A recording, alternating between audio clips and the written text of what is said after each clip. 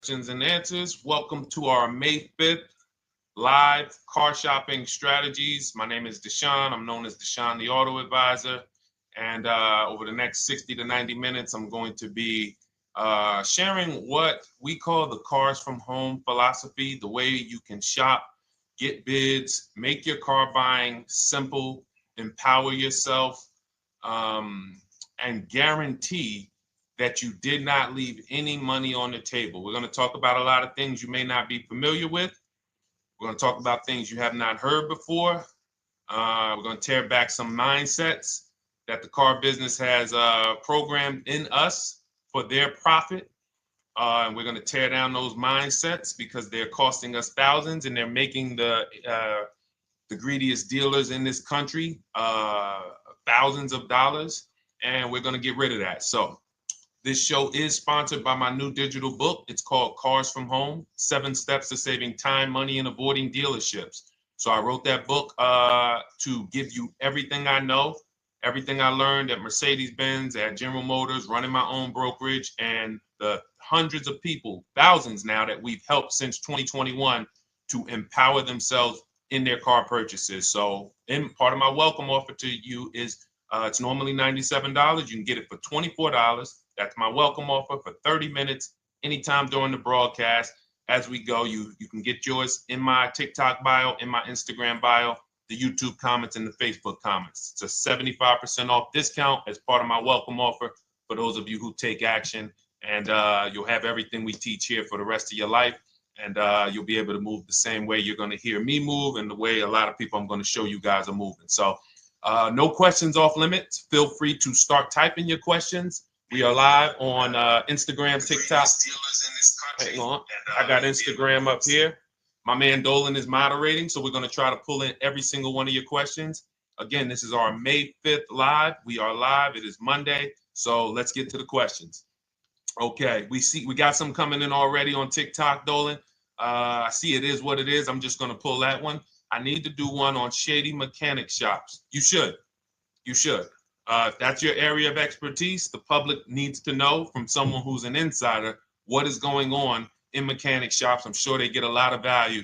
If you guys want, it is what it is to launch a channel teaching people how to avoid shady mechanic sites, type ones in the chat so he can know that he should go ahead and do that. Or she. I can't see if you're a man or woman. But let's get some questions going. Yasoy Tommy, I see you on TikTok. Interested in leasing, but I know I will go over the mileage. I drive a lot. Well, here's what you do. Give you an example. I'm leasing right now. I've never needed more than a 15,000 mile per year lease. So all of my leases have been 12,000 miles. I've never needed more than a 15,000 mile per year lease. Now, sometimes, that was because my family worked a little further from where we lived. We got a 15,000 mile per year lease, but most of the time I'm getting 12 because that's what I need. That's what I use. Now I'm paying $499 a month for this $55,000 Infinity truck. I got a 1% lease on it. I got my bids, the way we teach at Cars from Home. We're big on multiple offers. That's the only way you're going to save the big money and guarantee you got all the money is to get multiple bids. We teach you how to do that. You can do it by phone too. If you want to try to do it by phone, God bless you. We do it through email. We do it through emails and templates, and that's what we do. But I'm paying $499 a month for 12,000 miles. Now, let's just say I needed 15,000 miles. I would have bumped that lease up, and instead of $499, I'd be paying probably $30 more. So call it $530. Now, let's say I'm a high mileage driver at 20,000 miles. That instead of $530, I would probably be paying $620. And there I got my 20,000 miles per year. So the key is, and this is what you'll hear, people will blame the leases for not understanding that they choose the mileage. The mileage is not selected for you unless you go into a dealer and say, hey, work me up a lease. And then they're going to choose the mileage, probably give you 10,000 miles per year, and then try to close you on that. But that's not the way we shop. We're going to shop and we're going to adjust our miles based on what we need. So if I needed 20,000 miles per year, I would probably be paying $620 instead of $499. If I needed 25,000 miles per year, I would probably be paying $680. So I'm just paying, we get what we need and we enjoy our leases. because when we buy these cars and we drive ridiculous miles, we depreciate our cars, we destroy the value, and then we still have a loan on it in a lot of cases for a vehicle that we have destroyed the value in because we put 60,000 miles on it in 3 years. So our loan is moving very slow, but our vehicle's value is dropping through the ground very fast, which is typically how we end up with $15,000, $20,000, $25,000 in negative equity. I used to see it all the time in dealerships, especially when I was in when Uber took off. When Uber took off, year later, 2 years later, 3 years later, we had tons of people coming in with Hondas, coming in with various cars that had 200,000 miles on them, but they still had 3 and 4 year loans left. And, that's just a recipe for disaster. That's a recipe for disaster. So you should not be leasing, though, if you keep your cars 8 years. Some of you familiar with the 8-year rule, you understand. Everyone should not be leasing. I want to make that clear. Some people say, Deshone, you believe everyone should be leasing? No, I don't. If you are not keeping your cars 8 years, then you should be shopping for below market leases. Don't forget those 2 words, below market leases.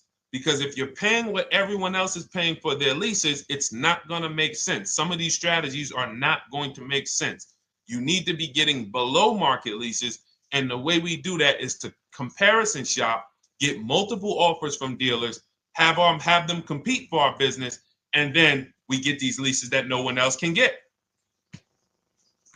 Great question. So what if I go over 20,000 miles? What do you recommend doing? You choose your mileage wisely. In my book, I have a section called Choosing Your Mileage Wisely. The whole key with leasing is to scope out the mileage you're going to use, and that's what you shop for. If you know you're going to do 25,000 miles that year, you would do 25,000 miles on your lease. But you don't shop this way. We always shop with 12. A problem with leasing is once again, you go into the dealership, you say, work me up a lease. They're going to work you up what they want. They're going to say, hey, put 5,000 down. Who's had that happen? You go and you look for a lease and they tell you how much money you need to put down. Type me if you've had that happen. And again, welcome to everybody. This is our May 5th live. It's Monday, May 5th. Whether you're watching this today or you're watching this later today, because we will be rerunning this for those who couldn't make the show. Tell your friend they can catch it on our channels. But this is our live show. We're live every single Monday through Thursday at 12 noon. So you'll see people who will go and get blessed transition. You've had this happen. This is what you go in. They work you up a lease. Here, you need 3,000 down. Yeah, you need 3,000 plus your taxes and fees. What do you want to do? So that's them customizing our leases. We never want to do this. We want to customize our lease and run it like this, a template. All your leases you get with, ready? 12,000 miles per year. First month's payment only due at signing. That's it. 12,000 miles per year. First month's payment only due at signing.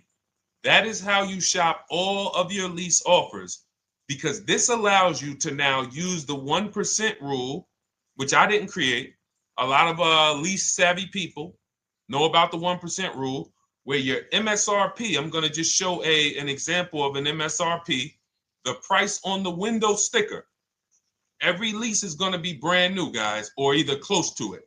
The price on the window sticker is the price we go by, the MSRP, and we're going to divide our monthly payment into the MSRP. And once we get that, the number, that's going to tell us if we got a 1% lease, if we got a 1.5% lease, if we got a 1.8% lease. And what we did was I created the 1.5% rule to know we were overpaying for leases. You don't have value when you lease something over 1.5%. But let's keep it to the point.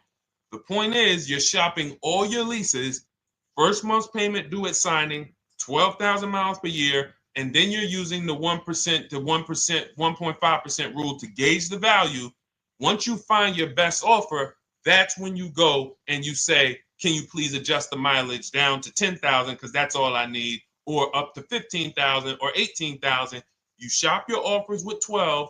You find your best offer concerning what value is, 1%, 1.2%, 1.4%. You lock that up, and then you tell them, show me what the payment will be with 20,000 miles per year or 15,000 miles per year. That's going to keep you from walking into these 80% dealers which are never going to give you a below market deal, when they drop their prices, they're never going to drop low enough to beat their competition. That's why their name of the game is them keeping you from checking their competition. And then you avoid these people, you find those deals, and then you adjust the mileage with that dealer. But choosing your mileage is very important with a lease. And that's why you should take 5 minutes, 10 minutes, tally up your lifestyle over the next 3 years, and you choose your mileage that you need. Great question. Let's go, Dolan. I'm getting married today. Congratulations to Ash on Facebook, everybody. Ash is getting married today. Congratulations. May God bless you with a healthy, lifelong marriage. Hallelujah. All right. Angel on YouTube says, can I lease for 36 months, then purchase to have a lower payment instead of buying at a higher payment? Now, what he's asking or she's asking is, I want this new car, but if I buy the new car, then I'm going to have to pay for the new car, in which case it's too unaffordable. So can I lease it first and then buy the difference at the end? Yes, you can. Let's talk about why that's not that financially wise. There are signals, guys, that tell us we are looking at vehicles that are too expensive for us. Signals. Would anyone on here take a 50-year mortgage? Anybody? Anybody? We got some smart people on here. Anybody volunteering for the 50-year mortgage, ladies and gentlemen? Anybody? Come on, somebody.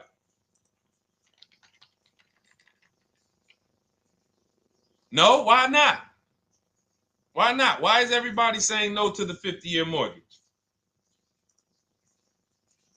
Because we know it's ingrained in us that a 50-year mortgage on a house means we can't afford that house, right? Same thing with cars. There's signals. And so when we cannot finance a brand new car and it's affordable, what should we be doing? We should be going to get a pre-owned car. That's what we should be doing. So some of you have the luxury where you could afford both a new version of the car you want, and you can afford a pre-owned version, of course. So you might say, Deshone, I could afford both. I want this car, but I could afford, which one should I get, new or pre-owned? Thank you to the new gifter, Jeffrey Jones. Welcome. The Black King. Thank you so much. Gifter badges. Appreciate everyone who supports this broadcast. Thank you so much. You helped me to keep this information going. So what you're saying is, I could afford both. Which one should I get? In that case, it's a matter of your values. Do you want a brand new car? You want to treat yourself? You only get it every 10 years. So it's like, hey, I only get a new car every 10 years. I'm going to treat myself to a brand new one. Curtis Thomas, thank you for sharing. Or you might say, you know what? I want to go to value play. Even though I could afford a new one, I want to knock 20, 30, 40% off the price, and I want to get me a pre-owned version. So that's the people who could afford both. Some of you, you're like Angel, who like, I want this car, but I can't afford it new. In which case you go pre-owned, because you don't want to lease a car 3 years, even if you get a below market lease deal, great lease payment, turn around and buy the difference, because you're typically going to need a 5 or 6 year loan for the difference. Once you get that 5 or 6 year loan, you add that to your 3 years that you leased the car, and you got 8 to 9 years of payments on the exact same car. 8 to 9 years of payments on the same car. This does not make financial sense to pay that long on a car. This is, you can't reach the reward stage where the car is paid off and you're putting money to the side for maintenance and repairs. You know, you got a paid off car, because the goal with purchasing is to get to that long-term ownership where the car is paid off. I don't owe anything on it. You know, I got a couple $100 I put to the side for maintenance and upkeep, but that's all. That car is paid off. I can keep that thing for 15 years. I can pass it down to my son, my daughter. We got an extra car in the family. That is the value of purchasing. So if you have a payment for 8 years on a car, you don't get to that stage. So that's why before I would ever recommend someone lease and then purchase the balance, I would recommend someone purchase a quality pre-owned car and get it at a below market price. Okay, does that make sense? Okay, everything that we're talking about, guys, is in my new digital book. It's called Cars from Home, 7 Steps to Saving Time, Money, and Avoiding Dealerships. Has everything we teach, because the name of the game is learning how to structure your deals. When should I lease? When should I purchase? And then once you have your structure, getting bids on everything to make sure you don't leave any money on the table. When you get bids on everything, you're never going to lose any money on your trade-in, because you didn't just get one offer on your trade-in, you got bids. You're never going to overpay for your interest rate, because you didn't get one offer on your loan, you got bids. You're never going to overpay for the new car or the used car you're buying, because you didn't get one offer on it, you got bids. And that empowers you to control the transaction. That is what we teach. That's in my new digital book, step by step. You can get your copy for 75% off, normally $97, but it's part of our welcome offer for 30 minutes. You got it in my TikTok bio, Instagram bio, YouTube comments, or the Facebook comments for $24. Okay, enjoy it, use it. All right, let's keep it going. I need to buy a car. I want to know how to buy the advertised new the new SUV vehicle for under $10,000 or even under $20,000. I don't really understand the question. Let me read it again. I need to buy a car, and I want to know how to buy the advertised new vehicle for under $10,000 or even under $20,000. Are you saying that's the discount you're looking for, or are you saying that is my budget? Please let me know. I don't quite understand. Go ahead to the next one, Dolan.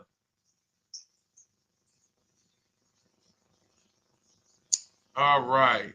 If the Carfax report only has service maintenance, is it okay to purchase? Okay, so all right, this is a great question, guys. This is about used cars. Who's going to be shopping for a used car in the next year? Type the letter U. Type the letter U if you're going to be shopping for a used car in the next year. And for those who just joined, this is our Monday, May 5th, live car shopping strategies. So we are live every Monday through Thursday at 12. And for those of you who are watching the rebroadcast later in the day, you can, you'll get your questions answered. Somebody might ask a similar question, or you can join us Monday through Thursday at 12 live. Yes, so we got a lot of people who are going to be shopping for a used car. We got Buffy on Instagram, Fran Bar. Who else? A lot of people not buying? Okay. Instagram, the only people buying used cars? Okay, well, let's talk to you guys. Listen, so here's when you're looking at a used car, what you're focused on is first the service record. First the title history. What is the title history? That means, is it a salvage car? Is it a frame damage car? Is it a now, well, let's start first. Where do we find these cars? Let's start there. We're not going to lots. We're not stumbling onto people's lots. That's what they want. We do not want to go through our neighborhoods looking for used cars. Anybody who does not have a used car on a website, they're trying to take advantage of you, because that is unadvertised, that they don't want to be where the competition is. That is not the way we're going to move. And for years, it was like that. You drive past a dealership on the weekend, you see hey, oh, look, they got this nice yellow car, a nice big red car outside, and you just pull right in. That's 2005 stuff. Now, every used car, we need to be able to compare it to the whole market, which means we need to see it on a website, on a marketplace. So we're opening up, this is called my multiple marketplace strategy.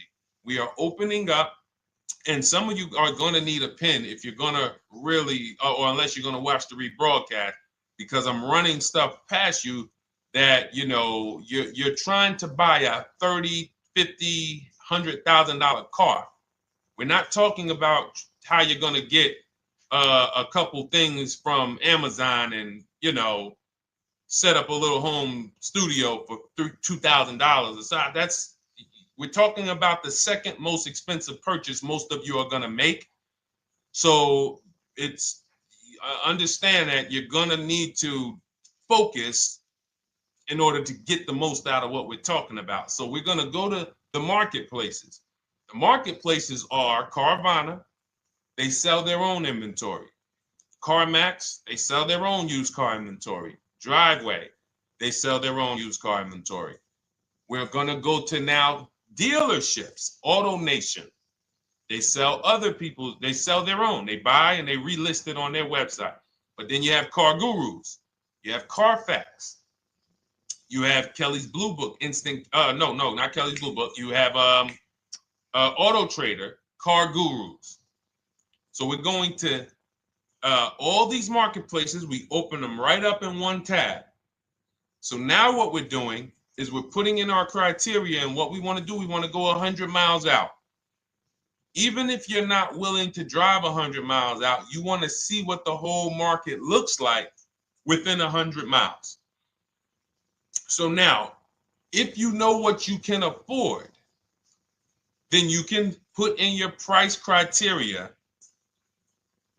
I have a tool that I created. It's called the Perfect Budget Calculator. Some people who have my book, you've used it, where you put in your down payment preferred, you put in your interest rate, you put in any equity from your old car, and it tells you, because what you tend to miss is the fees. That's what you tend to miss. So if you're not using this calculator that we created, you want to add another $2,000 or so, because you got to factor in the fees in that budget. Some of you go out and say, man, I think I could afford $30,000. Then when you find your car, they bump you up to $33,000 because you didn't factor in the taxes and fees.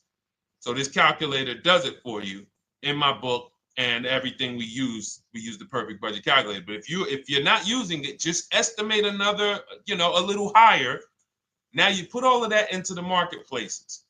Now you're looking for what the inventory is. Now, here's the reason why you must open up all these marketplaces. First reason, they have different cars on them. Carvana and CarMax has different cars than Car Gurus, Cars.com, Auto Trader. There's different cars on them. Another reason we need to open it up is because sometimes you'll see one car here on Car Gurus for $31,000, and then you'll see that on Auto Trader, they marked it down $2,000, it's $29,000.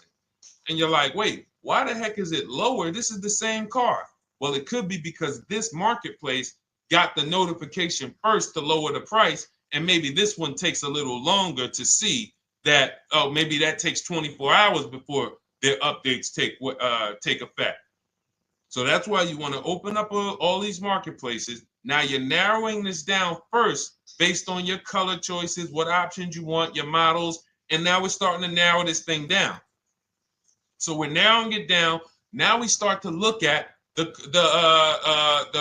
history of these cars. This is the best way to start narrowing down your used car search. Let's now dive into the history. I need the Carfax. Now, some of these websites will give you a free Carfax. Some of them will try to make you buy a Carfax. Now, I'm going to give you one of the secret strategies that we've been using for years in my book, and I'll tell you it right now. It is how we get free Carfaxes, because when we get to most vehicles, you guys, for those of you who are just meeting me, I worked in Mercedes-Benz for 5 years and General Motors for 5 years, and I ran my own brokerage. I started it in 2016, and I ran that while I worked at the car dealership. So I have a lot of experience and have seen a lot, and that's why I'm able to teach these things. I also love numbers. But one of the things that I know is almost every dealership has a contract with Carfax. So every dealership, we pay Carfax already. So what we're able to do is when we list our inventory on our websites, we're able to list the Carfax with it. We're able to provide that free of charge. But when we pay Auto Trader or Cars.com or Car Gurus, we are not able to actually push our Carfax to that marketplace. But if you come to our website and you find the vehicle on our website, most times you will find the Carfax for free. That is what we have been doing for years. So that now we have the Carfax, because the Carfax is the only way we can see those service records right now, because we've already narrowed it down based on, first thing we're doing is we're looking at title history, frame damage, salvage title, rebuilt title, total loss. That's the type of vehicle.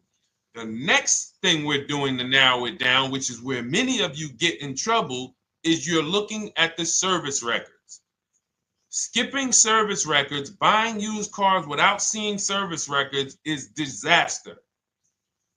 The biggest indicator on if a vehicle was taken care of is what is on those service records.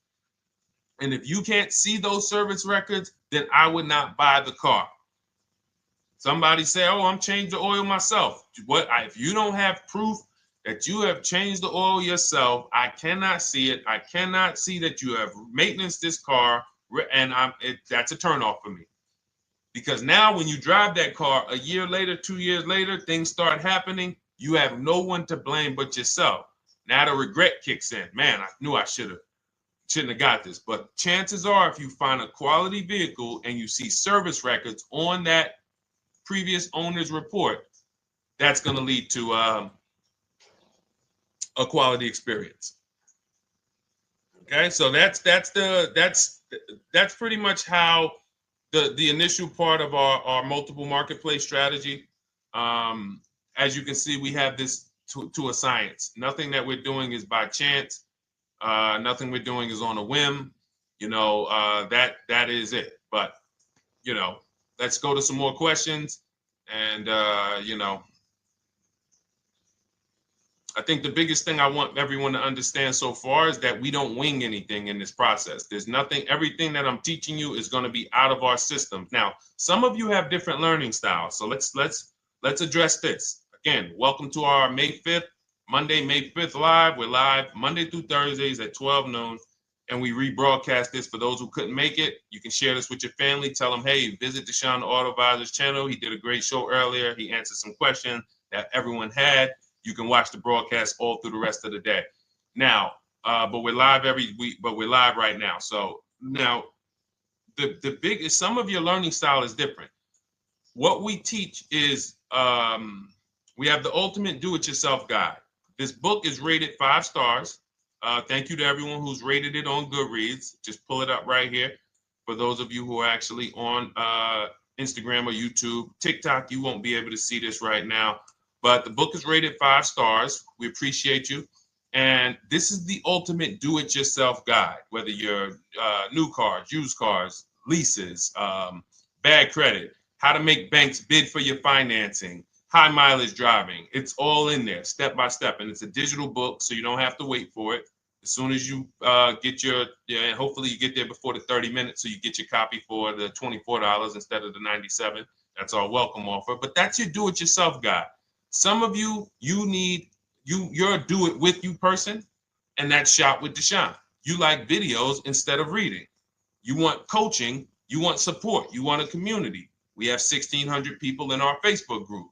That's our Shop with Deshone. We've had 2,200, almost 2,300 people come before you. When you see me share people like Zafrina and like Melissa and Sheree, Ken, all of these people who are, they're showing their car deals that they got. Look, took me about 30 days. He went through, past Friday, locked down 2 vehicles, 2 Yukon 2025. Said he dropped sold the BMW. They dropped the price down to 70 grand. So they took off like 5,200 for him. These are all people who are in the Shop with Deshone. Their learning style is they prefer videos. They prefer, coaching with me. But again, it's the same information. So I want to be clear. It's just your learning style. So if you are like Deshone, give me the blueprint and I will run this thing. That you're going to be like the people who send, like Marie. Marie just wanted to let you know she got our book. Using the book, I saved over $13,000 off MSRP. Now, here's where the feelings get hurt. And this is not my intention. But some of you have these same vehicles that you're going to see me sharing that our people get. And when you see what they paid for them and what they're getting off of them, you're going to see, wow, I did not get that. I did not get that type of discount. So all of you who have this 2025 GLC coupe fully loaded, she said they took $13,000 off MSRP. She got her bids from home, got my payment to be hundreds lower per month, maintenance included, no money down. We are masters at no money down deals. You should not be putting money into these cars unless you intend to keep them for 10 years and you got a great price already. You got a huge discount already. You should not be putting money into these cars. I have never done more than $1,500 out of my pocket for any lease. And when my car that I bought, I put money down on that because I bought it to keep it. But everything else, we are shopping with no money down. So you're going to see that a lot. So again, depending on your learning style, you can head to my bios and to the comment sections, open the Cars from Home Toolkit, Shop with Deshone might be right for you. I don't care how you get the information as long as you are saving the money. I don't care. If you could do it with a $24 book, do it with the book. I would rather you say, man, this guy Deshone helped me. I bought his book. I got it on the sale because he did the welcome offer for $24. And man, I done got 4, 5, 6 cars using this thing. And all I paid was $24. Congratulations. I will celebrate that. I wish that for everyone, but that's not everyone's learning style. So, okay, Dolan, let's keep it going. I'm sure we got a lot more questions coming in. Molly from Facebook, great to see you. Needed to be here. Well, I'm glad. I just ordered a new vehicle last week, expected to arrive in 3 months. I need a breakdown of how to get out if the options they want, get out of the options they want to the MSRP. Well, first of all, what you want to do is you want to get bids now. You do not want to wait. Those of you, she's ordered a car. She's scheduled to be here in 3 months, and she has not locked in her pricing.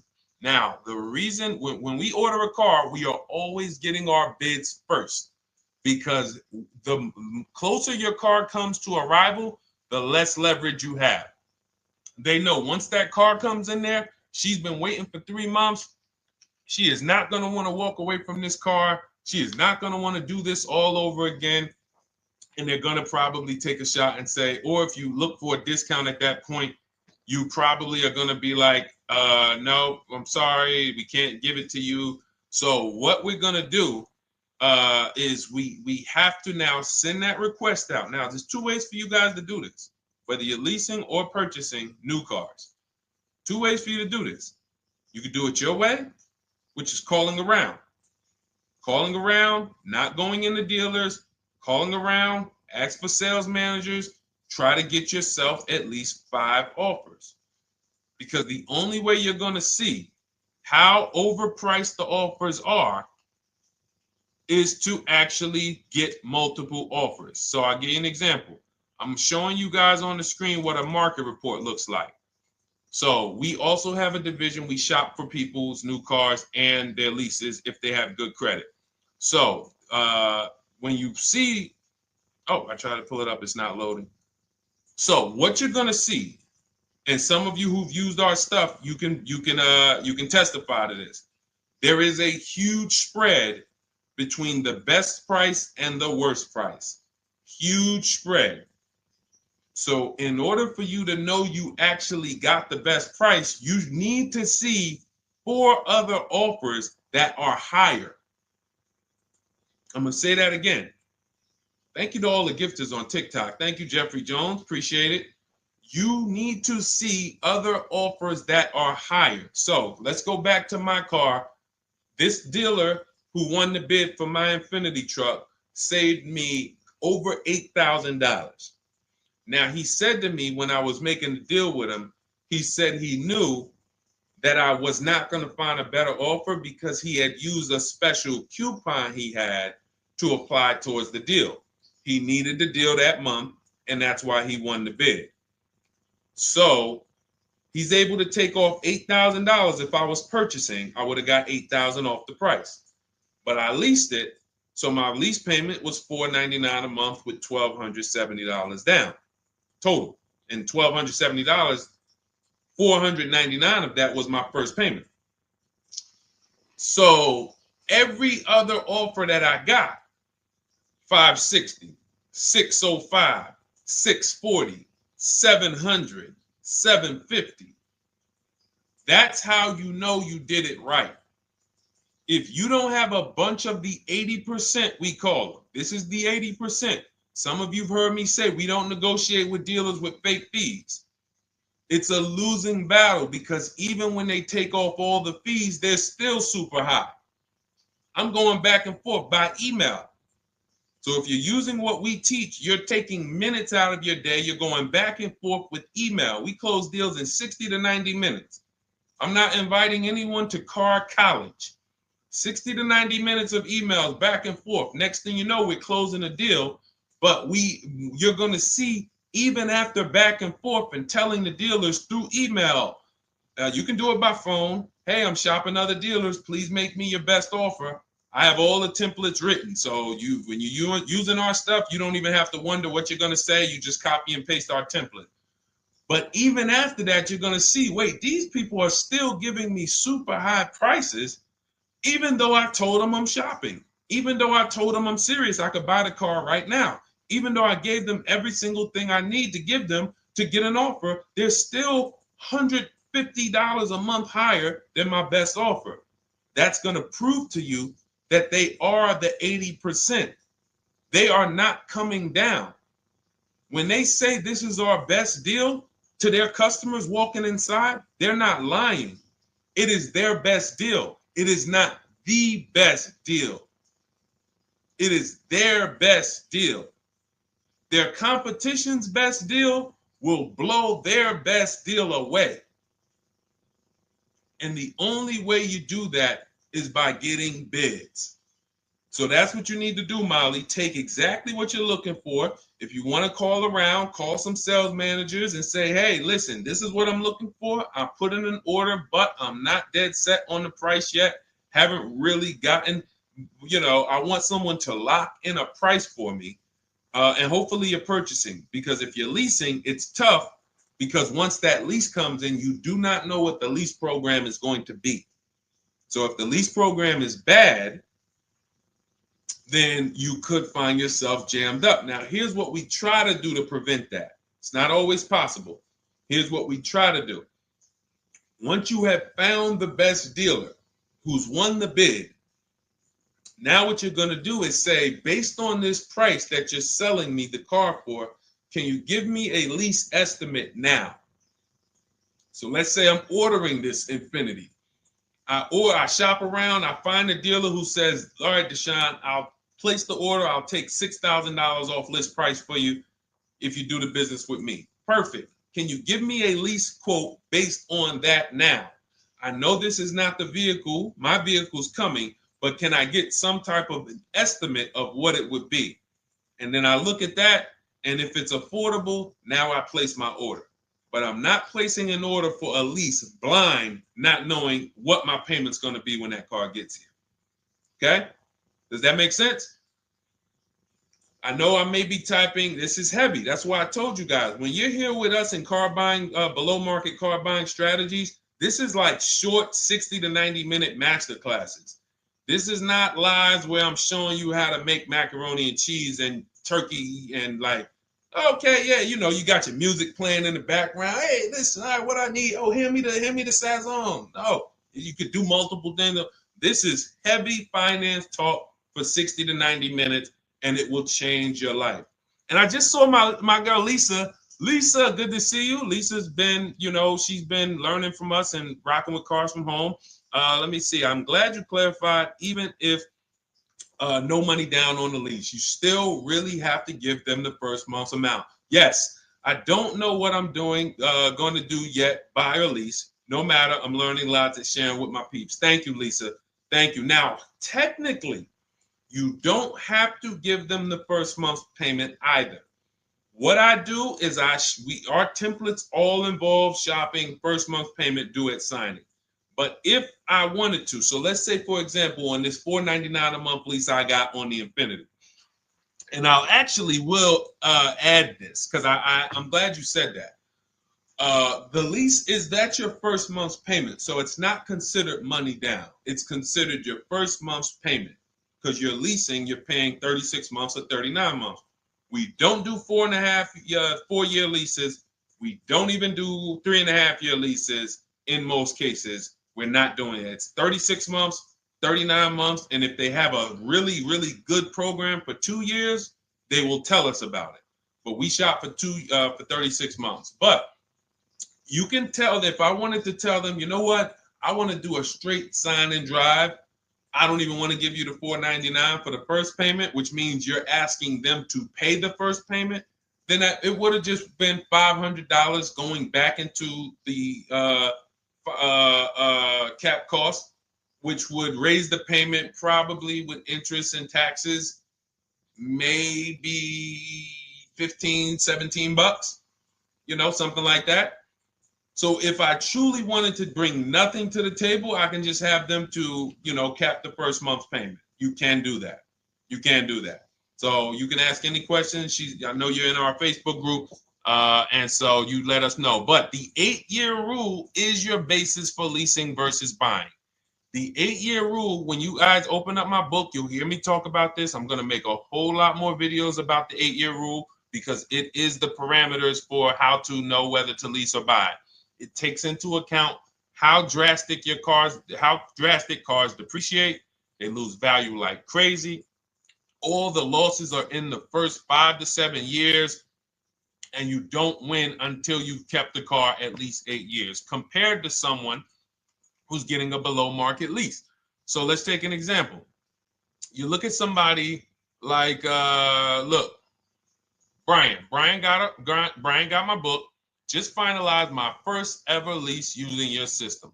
2025 HRV Sport all-wheel drive, $30,000, $505 MSRP. So this is a $31,000 vehicle almost, and he got it for $395 a month, which is a 1.2% lease, no money down.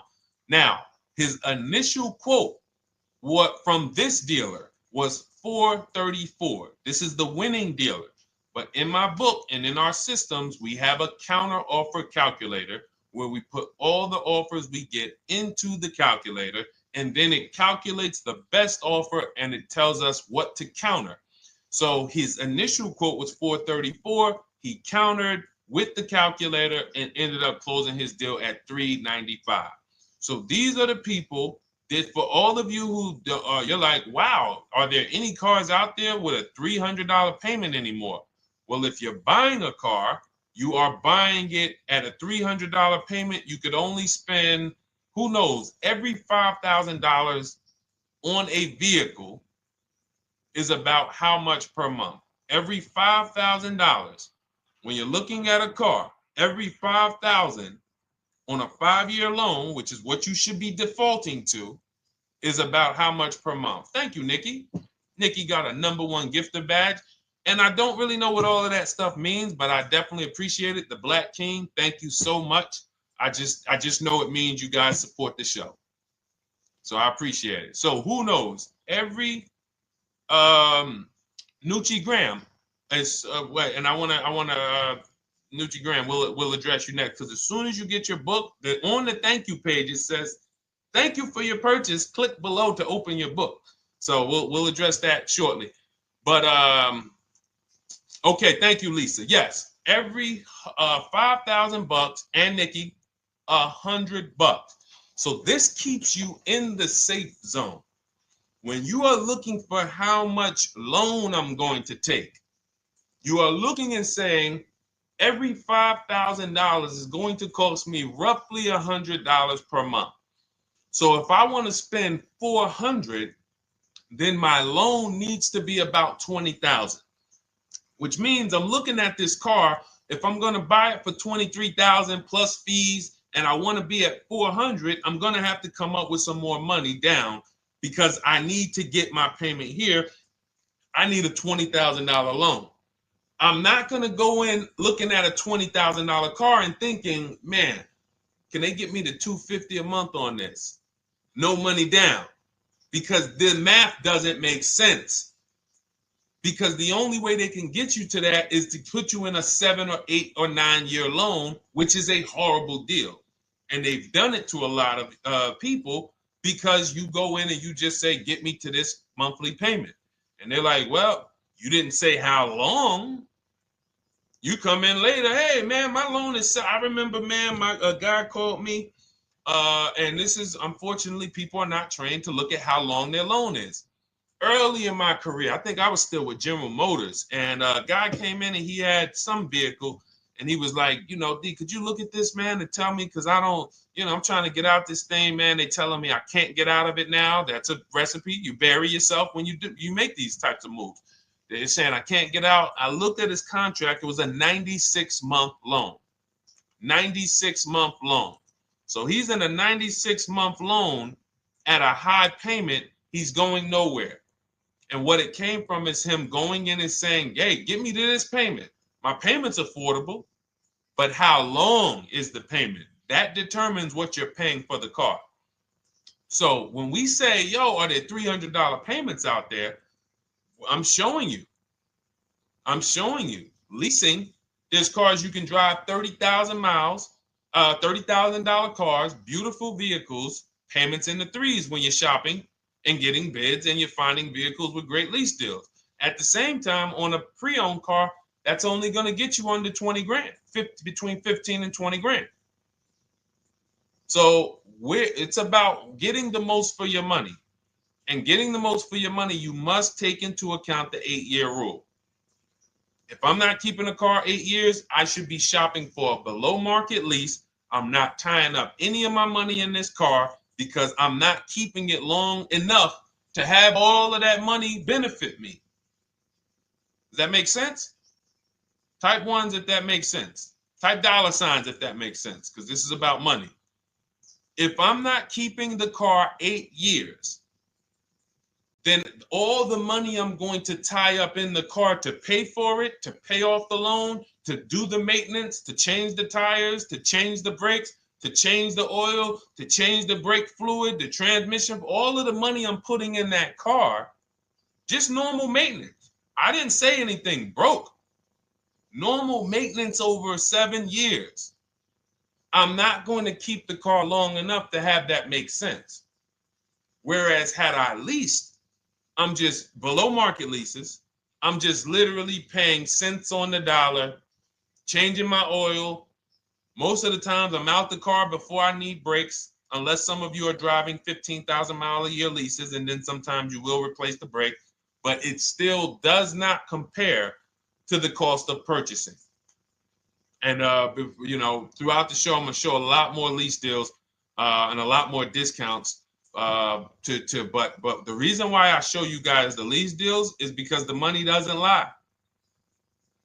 Unless you're just hell bent on paying more, the money does not lie. You can't compare when I was, you know, I'm driving $40,000 cars, my payments have a 3 in front of them, and my friends are driving $20,000 cars and their payments have a 3 in front of them. And those cars are used, need maintenance, you know, warranties done ran out after 4 years. I'm over here driving brand new cars, problem free, and they're paying the same amount or more than me, and they're driving inferior products. And then once they really get tired of the car, they go ahead and they trade it in and they start the process all over again. So it's bad financial advice that the car business never trained on, and they just love for people to be ignorant. But we're not going to be ignorant here. All right, Dolan, let's keep it going. By the way, all of you who just joined, this is our Monday, May 5th live. We are live every Monday through Thursday at noon. So for those of you who may be watching the rebroadcast, we rebroadcast the show all through the day. So for those who missed the show, you can either, you know, or some of you want to tell your friends, oh, hey, you're shopping for a car, go watch this show. And we'll rebroadcast this show all through the day. And we rebroadcast all the episodes through the weekend. So for those of you who didn't have time, you're like, man, I want to catch up on all the shows, all the questions that were asked. We'll rebroadcast those through the weekend. But we are live every Monday through Thursday between 12 and usually 1:30. You can have your friends and family tap in. You can bring your questions, and we try to get to as many as we can. All right, Dolan, let's keep it moving. Let's get to some more. What are the companies for loans? Well, there's a lot of them. First thing you want to do is, so we teach something called the bank bidding war. This is a question, because here's my question to you guys. Where do you get your car loans from? Here's my question to you. And I'm going to tell you how we should change the answer, because I know what some of your answers are going to be. Where do you get your car loan from? Some of you are going to say my bank. Some of you are going to say the credit union. Some of you are going to say the dealership. But all of those are not the answers we want to go with anymore. Here's the answer. You got it, Nikki. I love Nikki. Whoever gives me the best rate. That is going to be the answer moving forward. If you're using what we're teaching, that's your answer. Whoever gives me the best rate. What, in other words, whoever wins the bid. So what we're doing is we are not just going to our credit union and having them run our credit, give us a rate, and now we going out and we're shopping with a check in hand and we're shopping with our back against the wall because the bank says, well, hey, you know, your pre-approval expires May 17th, so you hurry up and find a car or you're going to have to come back and run your credit again.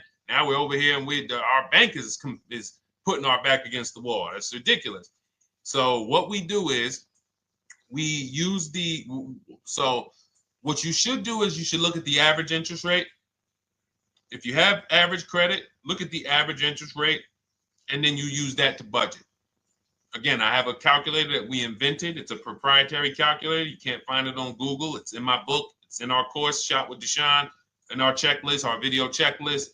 This is stuff that, again, we don't, if you notice stuff that I teach, it's not anywhere. Deshone, why can't I find an 8-year rule on YouTube? It's because it's Cars from Home. We created it. I can't find the 1.5% rule. No one else teaches that because it's our intellectual property. We created it. I don't mind people saying it, but they need to understand we didn't find this stuff. We created the stuff. So calculators, we invented them. So this calculator you take this interest rate, but even if you want to use a standard payment estimator calculator, you can take just what I said. Remember, add a little bit more for the fees, because that's what you're not taking into account. The fees, the taxes, and that's where we get in trouble. My calculator, our perfect budget calculator, does that for you. So now you want to look at the average interest rate. Type in average rates for cars. Use that for your budget, just so you can know about how much car I can go and get.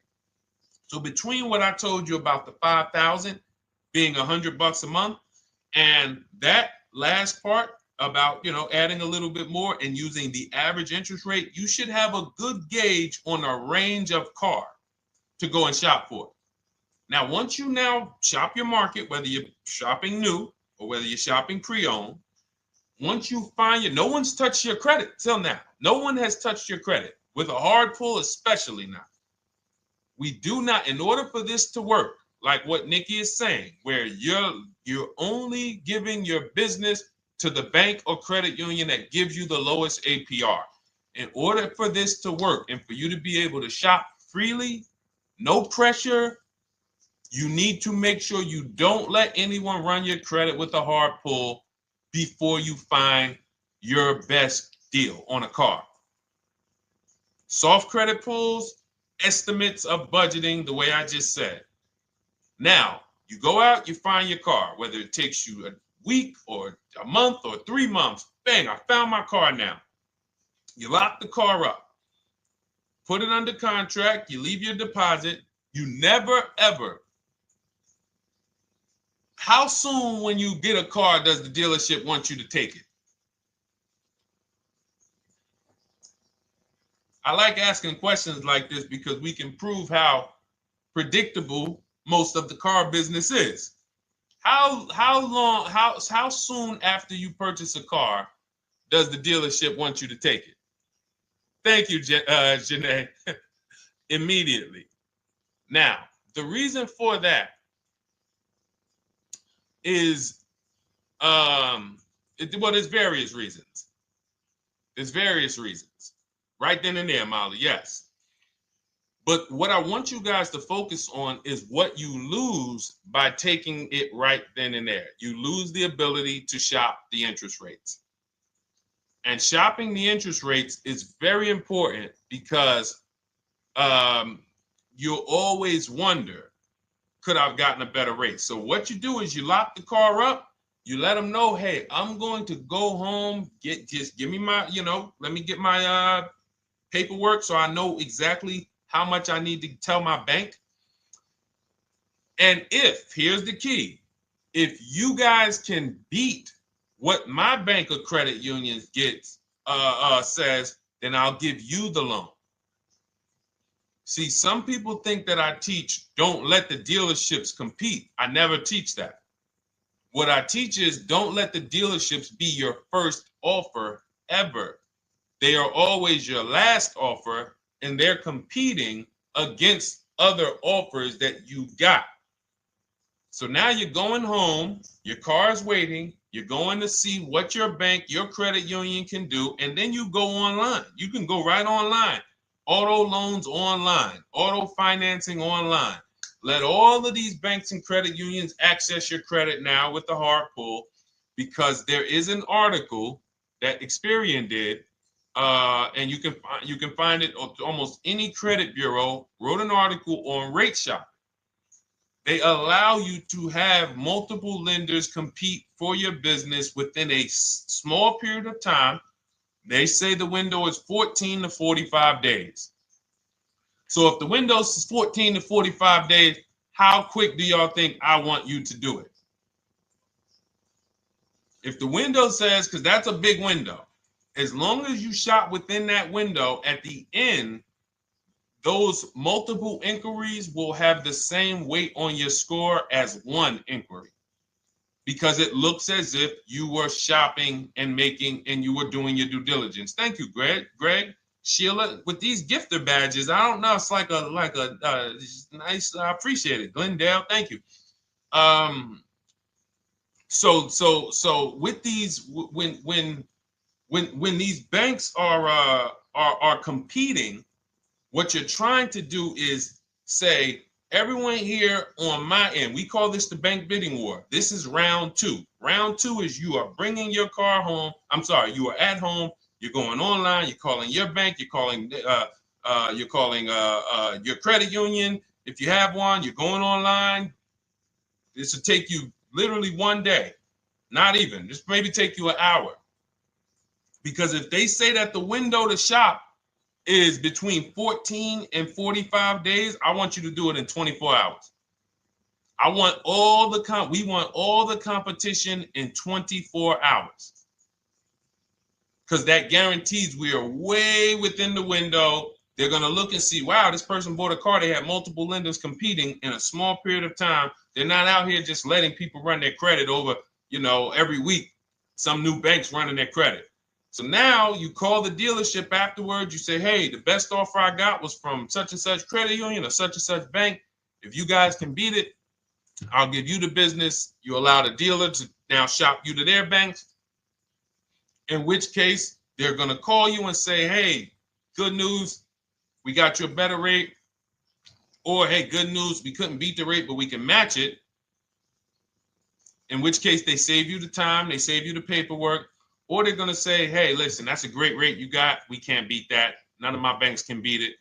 And in which case, we guarantee all around we got the best rate, which is the goal we're looking for. As Nikki said, I'm only giving my business to who gave me the best rate. That is the bank bidding war.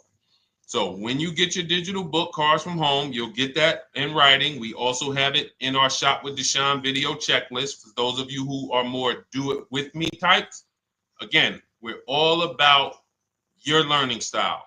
And some of you just like, Deshone, I see you. Can you shop for us? What are these? I'm seeing a lot of you guys shop for people, new cars, new cars, leases only. And you have to have good credit. Your FICO scores need to be over 670, all of them. But if you don't, again, same result. We've been helping people get these results since 2021. And again, I am all about speed. These are short videos. The book is boom, action steps, action, action, action, action. I'm not trying to teach you everything about cars. I'm trying to walk you through a path, a 7-step path to get to the result you want all the time. Okay, I'm not taking you to car college. You're not going into the car business. You just need to know how to get the best deal. And that's what it's about, step by step. Okay, but for those of you who are just coming on, this whole show is sponsored by my new digital book. It's called Cars from Home, 7 Steps to Saving Time, Money, and Avoiding Dealerships. It's a digital book. Everything we teach about new cars, used cars, leases, below market financing, high mileage driving tips, bad credit tips for those of you who have your credit is not going to qualify you for everything else we're talking about. You need specific strategy. We have that specifically for people with bad credit inside my book and inside Shop with Deshone. So that's why I never believe in one size fits all car buying advice, because all of you are in different situations. So how does somebody look saying, you all should do this? We're all in a different situation. I have a trade-in, he doesn't. He has a lease that's coming due, he doesn't. Oh, he has a lease that's coming due, he has equity in it, we need to help him get that equity out. He has a lease, it has an equity, but it has a third-party restriction. We can't talk to people the same. That's why everything we do is custom and letting you know, no matter what your situation is, it's very common to us. Very, very common. So, all right, let's keep it going. We got some more time, Dolan. Pull them up. More questions. All right, yeah, I see we got a couple more coming in on TikTok. How do I get the book? Well, the book is in my TikTok bio. In my Instagram bio, there's a website there. It's Cars from Home Toolkit. And then you'll see the welcome special for $24. So the book is normally $97, but as part of our welcome special, you got 30 minutes to get yours for $24. So you won't pay the $94. You get 75% off. We also have a link for you guys on Facebook and YouTube in the comment section so you can get your copy.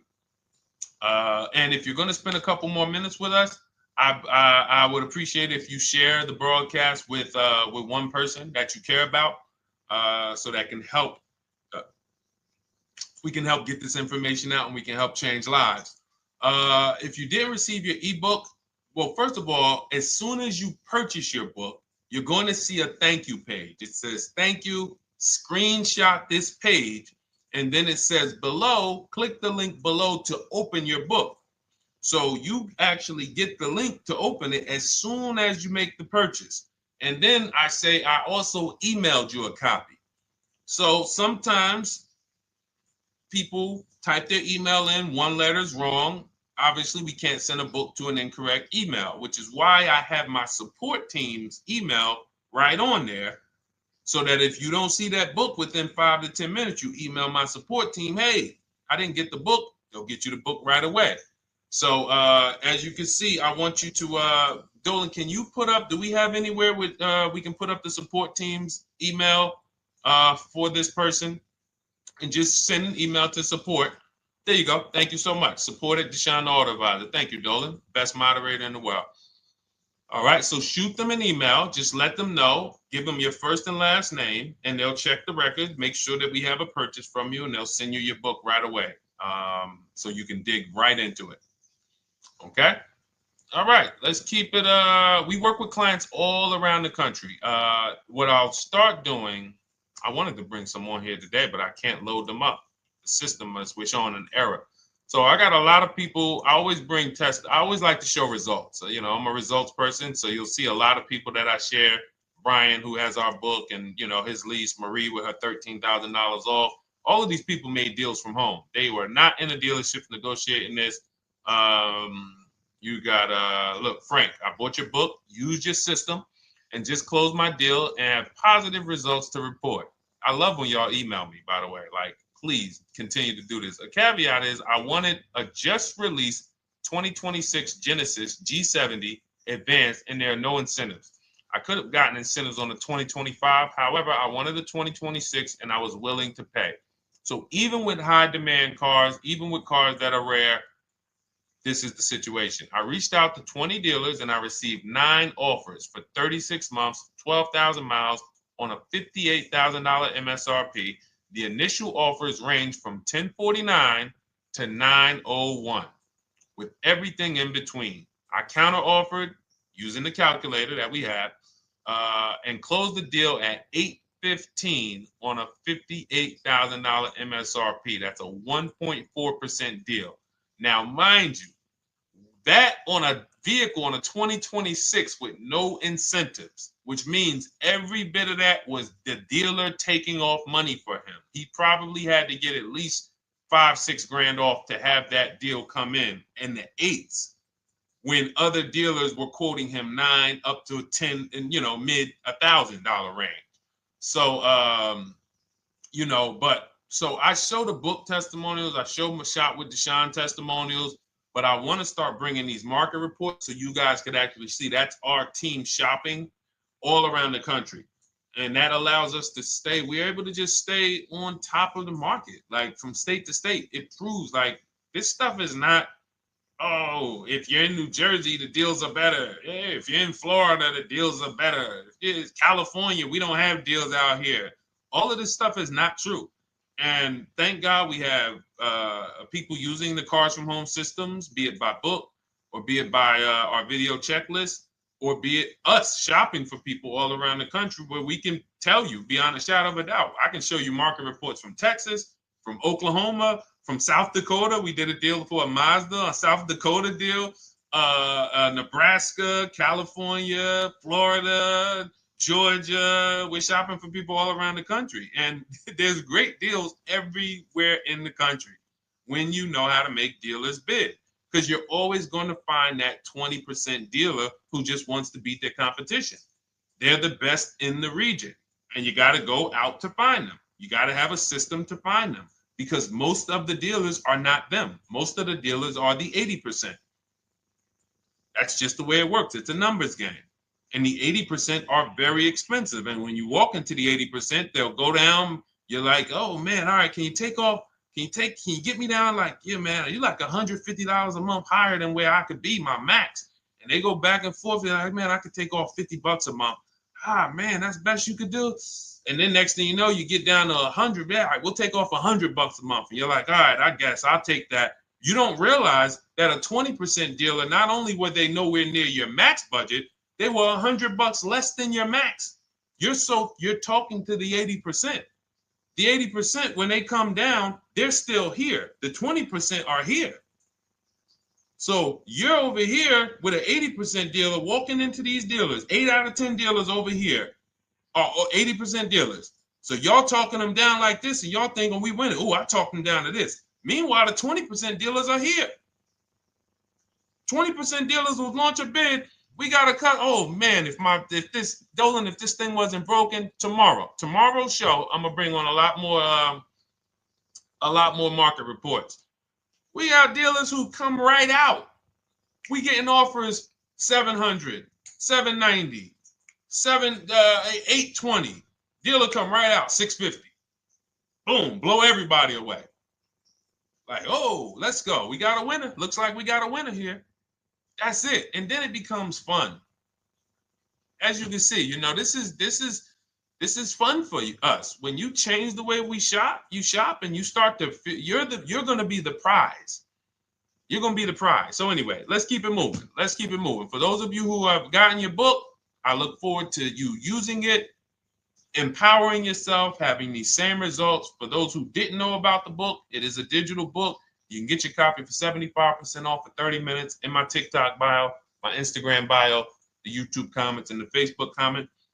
And for those of you who've been on and you still don't quite trust us, you want to get started with maybe some free advice, go grab our cheat sheets. We have our free cheat sheets in my Cars from Home toolkit, totally free.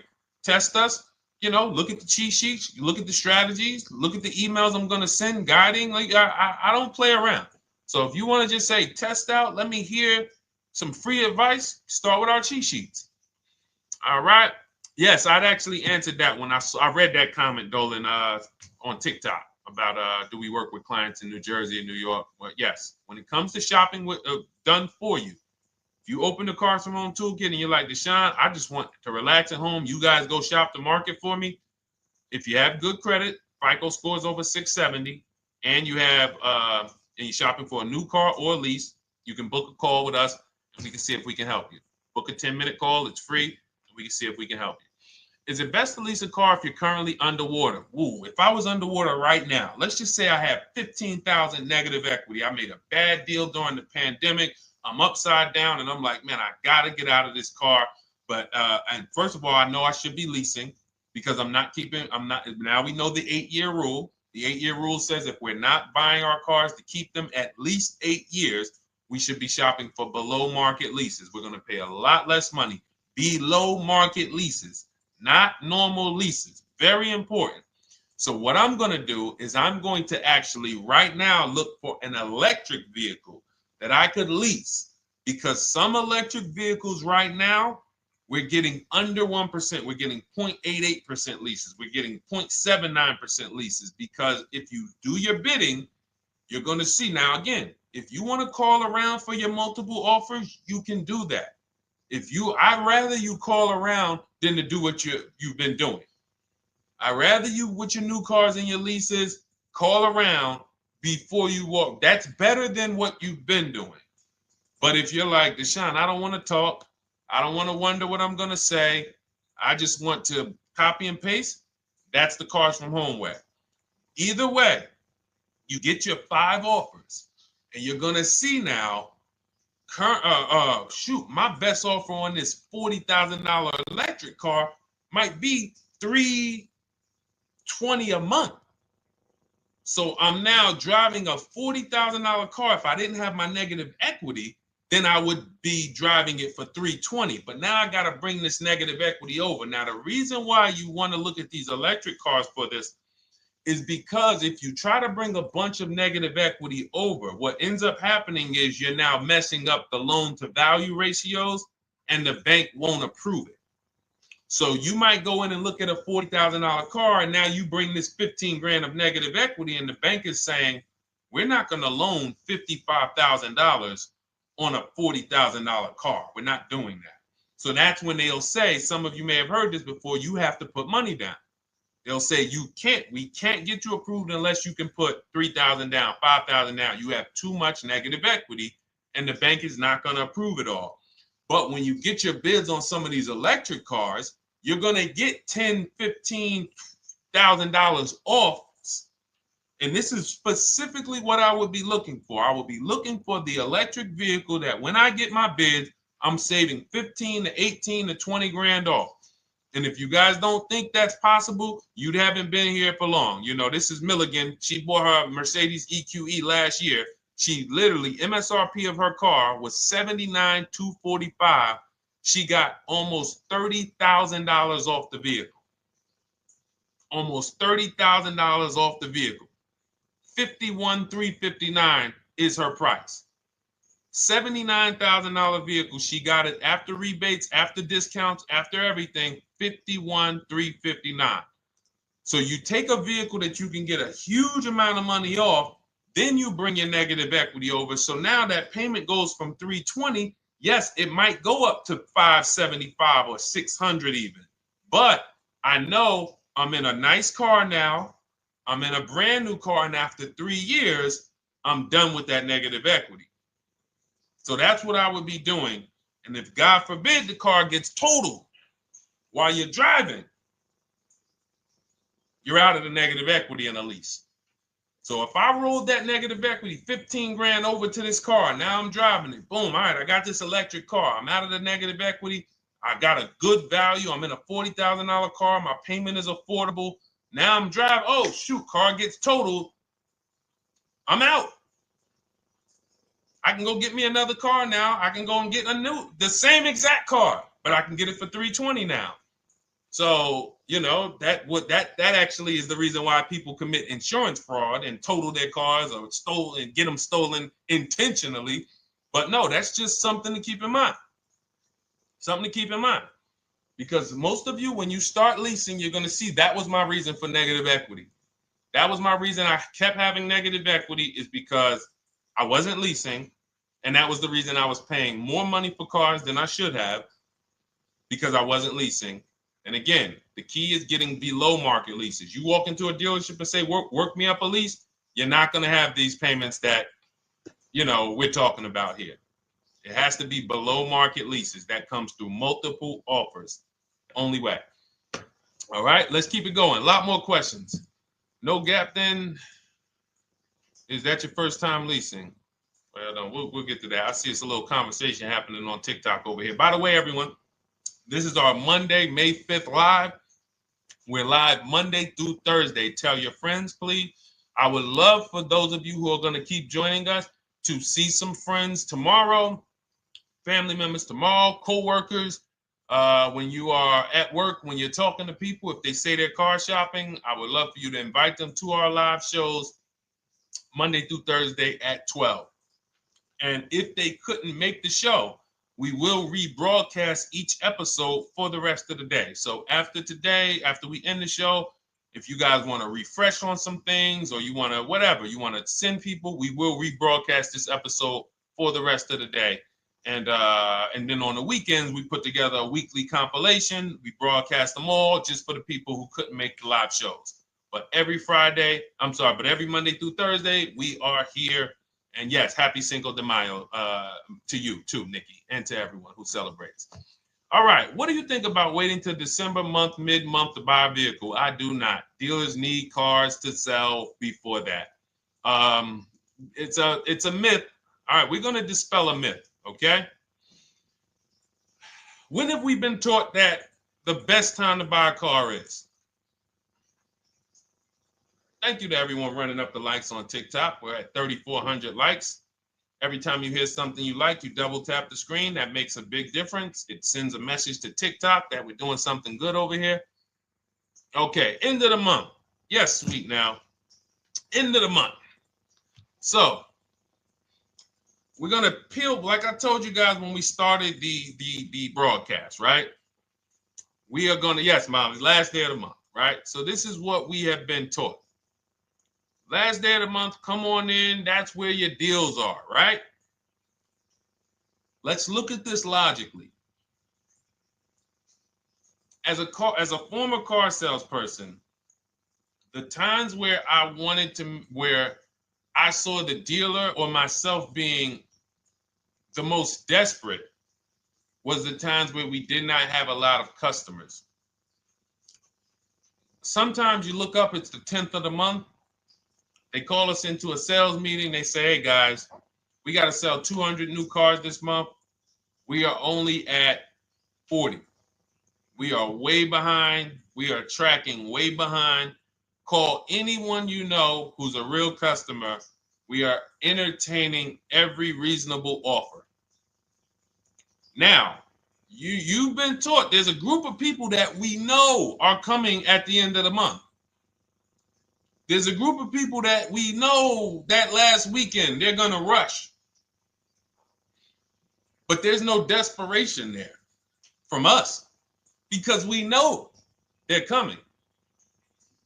So we look and say, I'm much more desperate at various times throughout the month than I will be at the end of the month.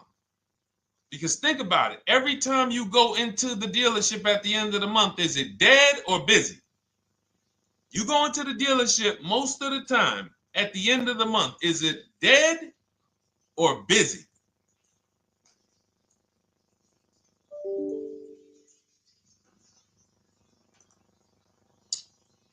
Thank you. It's a zoo. It's a zoo. Customers everywhere. That means all the car salesmen are not worried about making a deal. In fact, they're looking at you and saying, hey, Molly, thank you. Listen, I know you, look, I know the payment's $780 a month. I know you said you wanted to be at $499, but, we've been going back and forth. Can you work your way up, get closer to the $780? Because they know now we can take a shot. Because we have some other customers behind you, Molly. Did you see the people walking out? These people just walked out. They're mad. We don't have enough salesmen here. We got people waiting 40 minutes to speak with somebody. Do you think you're getting the best deal when that's the energy?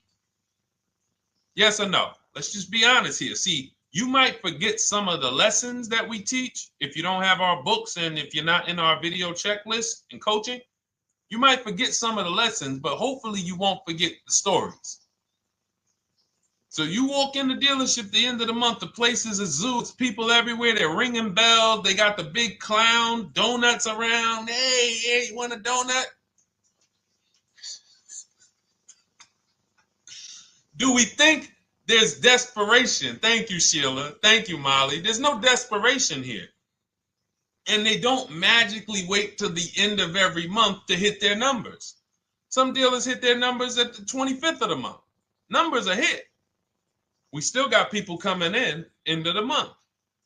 So What we want to do to answer the question is we want to be positioned. What I like you to do, for those of you who are in an emergency situation, you need a car in a week, in 2 weeks, that's fine. Everything we teach can guide you. We've had people who got their cars in 3 days. Like that's not something that is let's see. This is my second go around, much easier, more relaxing experience. Calculator definitely helps. Turned in my CRV, got a 2022 Marcus, some dealers wouldn't do. Somebody, I wanted to read you somebody who got their car in like 3 days, 5 days. That's normal. Again, like I said, we're not taking you to car college here. Like you know, our step-by-step programs can get you to your cars in less than a week, 90 minutes. But you don't want all your car shopping to be emergencies, because here's where you want to be.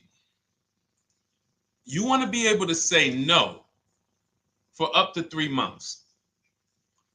Reason is, there's a group of people that walk into the dealerships. They're there right now. They're desperate. They're giving off desperate energy. They can't say no. They back themselves into a corner for whatever reason. If their leases are up, maybe they don't know you can get an extension. If your lease is up this month, you can call. You can get yourself an extension for 1 month. Some leases will be extended up to 3 months, up to 6 months. Those of you who have cars and you're like, Deshone, I'm shopping for a new car, but I don't need it. I just, my car still got some life to it, but, I want to look for something new. This is a position of power to be in. This is where you want to be. You want to be able to say to yourself, all right, let me look at the offers this month in May. All right, I'm going to follow up next month because the offers change. The used car market changes. The lease prices change. The dealer desperation, it changes. I'm not letting tariffs push me into doing something and making a bad deal. I'm not doing it. I'm not worried about tariffs coming, because there's going to be deals no matter what. If the prices of the new cars go up, what happens to the prices of our used cars that we're going to be selling? See, that's how we really won during COVID. Some people who've been with me since 2021, that's how we were winning. My man John Shaw, he was one of the first people. David Isaacs came in, got his BMW. Yes, the lease prices were slightly higher back then. We were still getting under 1.5. We were still getting 1.4. John got a 1.2 on a Jeep Wrangler, but we were selling our old cars for 8, 10, 12 grand more than they would be worth today. So even if the new car market goes up, we know how to maximize the prices of the cars we're getting rid of, and we're going to offset it. So we want to position ourselves to be able to say no. That is the strength. That's the leverage where we can say, you know what? All right, I'm going to follow up next month. Now we're telling the dealers right up front, hey, call me. I'm good between now and June 18th. I'm good between now and July 20th. So now what those dealers say is, okay, this is a serious customer. By the way, we have all this in templates. In my book, you fill out the template, you fill in, here's the day you can buy a car. This is your deadline. When we blast it out, these are things you can call dealers and you can tell them, hey, I'm good between now and anytime before the summer. Call me if you get a black one with the red seats and this package in it. If you want to call around, you want to do it that way, you could do that. But what you're letting them know is, call me when you want to make a deal. I can make a deal today. Let me see the numbers today. Great. All right. If sometimes you'll see that a car is a little bit out of the range we want it to be in, you might say, man, I'm looking for it to be around, 505. This thing's coming in about 550. Okay, maybe I'll check next month, see if the program gets better. You might say, all right, dealers are saying to some of you shopping for cars that maybe every dealer is not going to have it. When you reach out to the dealers, only 5, 6 dealers have it. But they say, hey, I got something coming in May.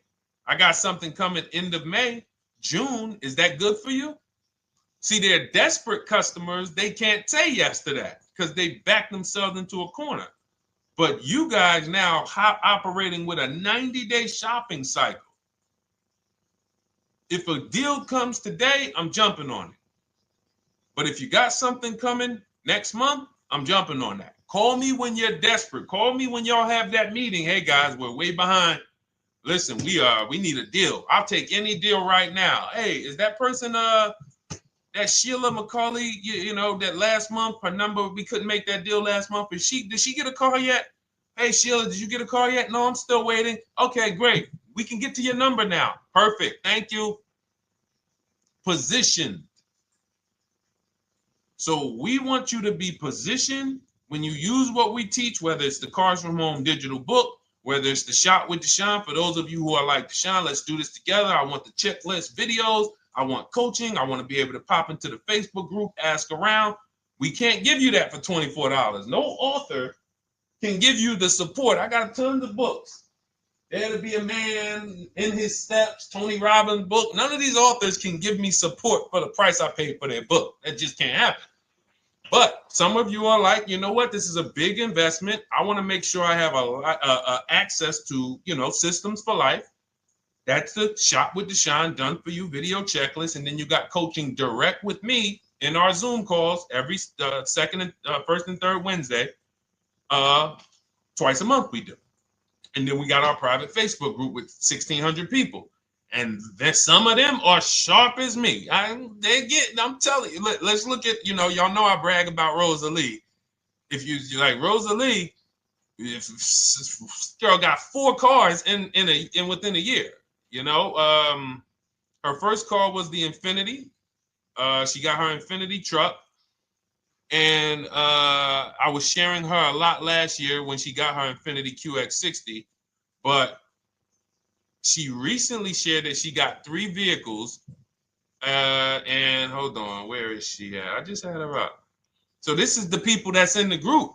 Like, look, 3 vehicles. Big shout out to Deshone the Auto Advisor for making these incredible deals happen. 3 new leases for my sons with only first month's payment down. She got a Nissan Rogue, almost $37,000 vehicle, $399 a month, no money down. Mazda CX-30 Sport, $28,000 vehicle, $28,300, $339 a month. That's a 1.2% lease. And she got a Mazda CX-50 Premium Plus, $40,400 vehicle, $420 a month. 2 1% leases and a 1.2% lease. And the cherry on top, she says, I sold 2 leases. Some of you don't even know you could sell a lease. She said, I sold 2 leases. She had equity. Now, not every lease has equity.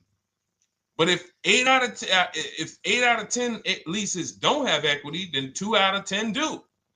So if you've just been dropping your leases off at the dealership, hey, here's my old lease. Let me get the new one. Hey, here's my old lease. And you have not assessed the equity. Could there be equity in it? Imagine how much money you've left on the table. Imagine how much, wow, I didn't even know you could sell leases. She sold 2 leases, 2 2021 Elantras, walked away with $6,737 in equity. Deshone, I could not have done this without you. Your program is a game changer. So this is what we want. We want empowered car shoppers. We want people who are not intimidated.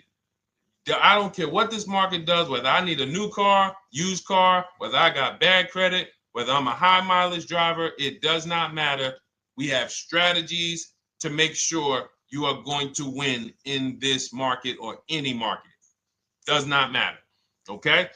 So, for those of you who don't know, the whole show was sponsored by my new digital book. It's called Cars from Home, 7 Steps to Saving Time, Money, and Avoiding Dealerships. It's 5-star rated. Thank you to everyone who's rated it, reviewed it.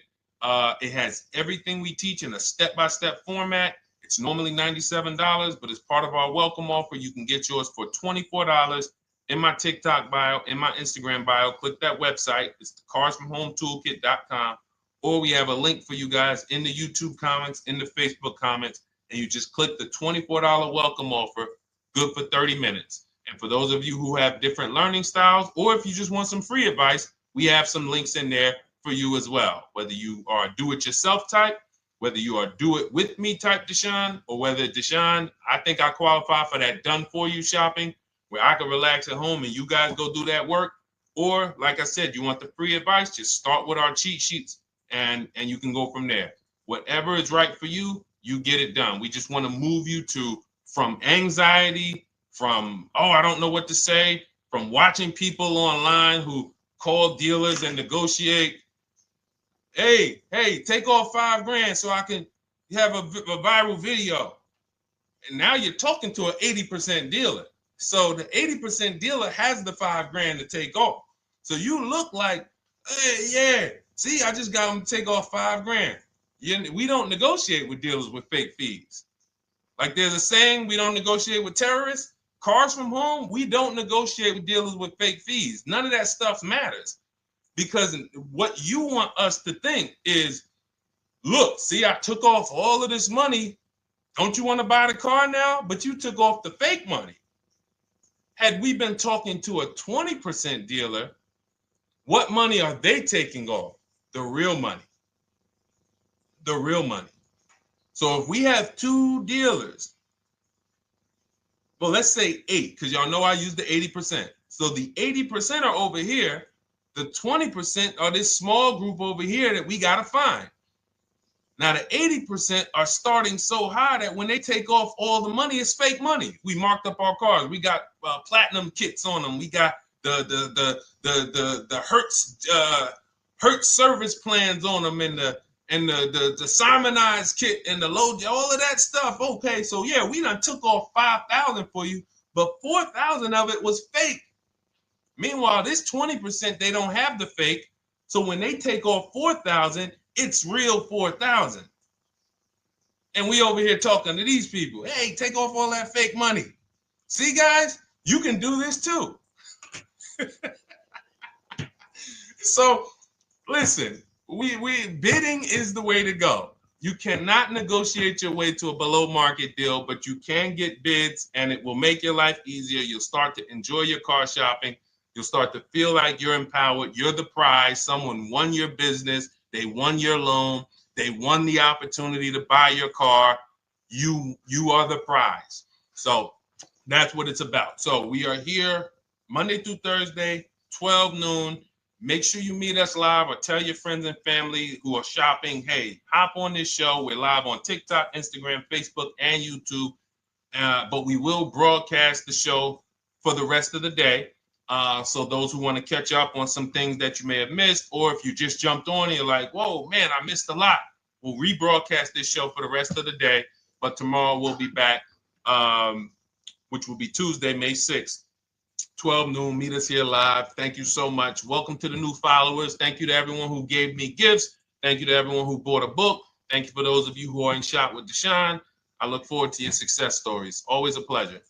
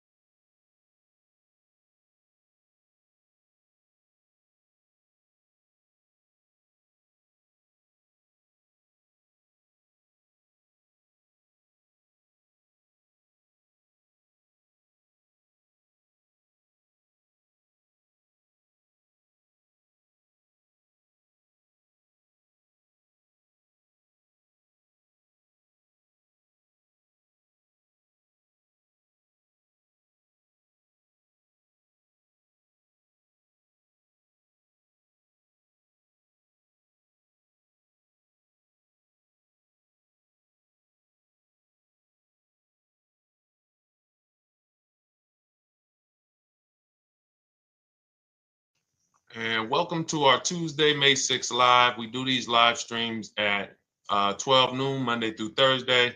I am your host, Deshone the Auto Advisor. And for those of you who've never met me, I have devoted the last 4 years to teaching people how to get the best deals on cars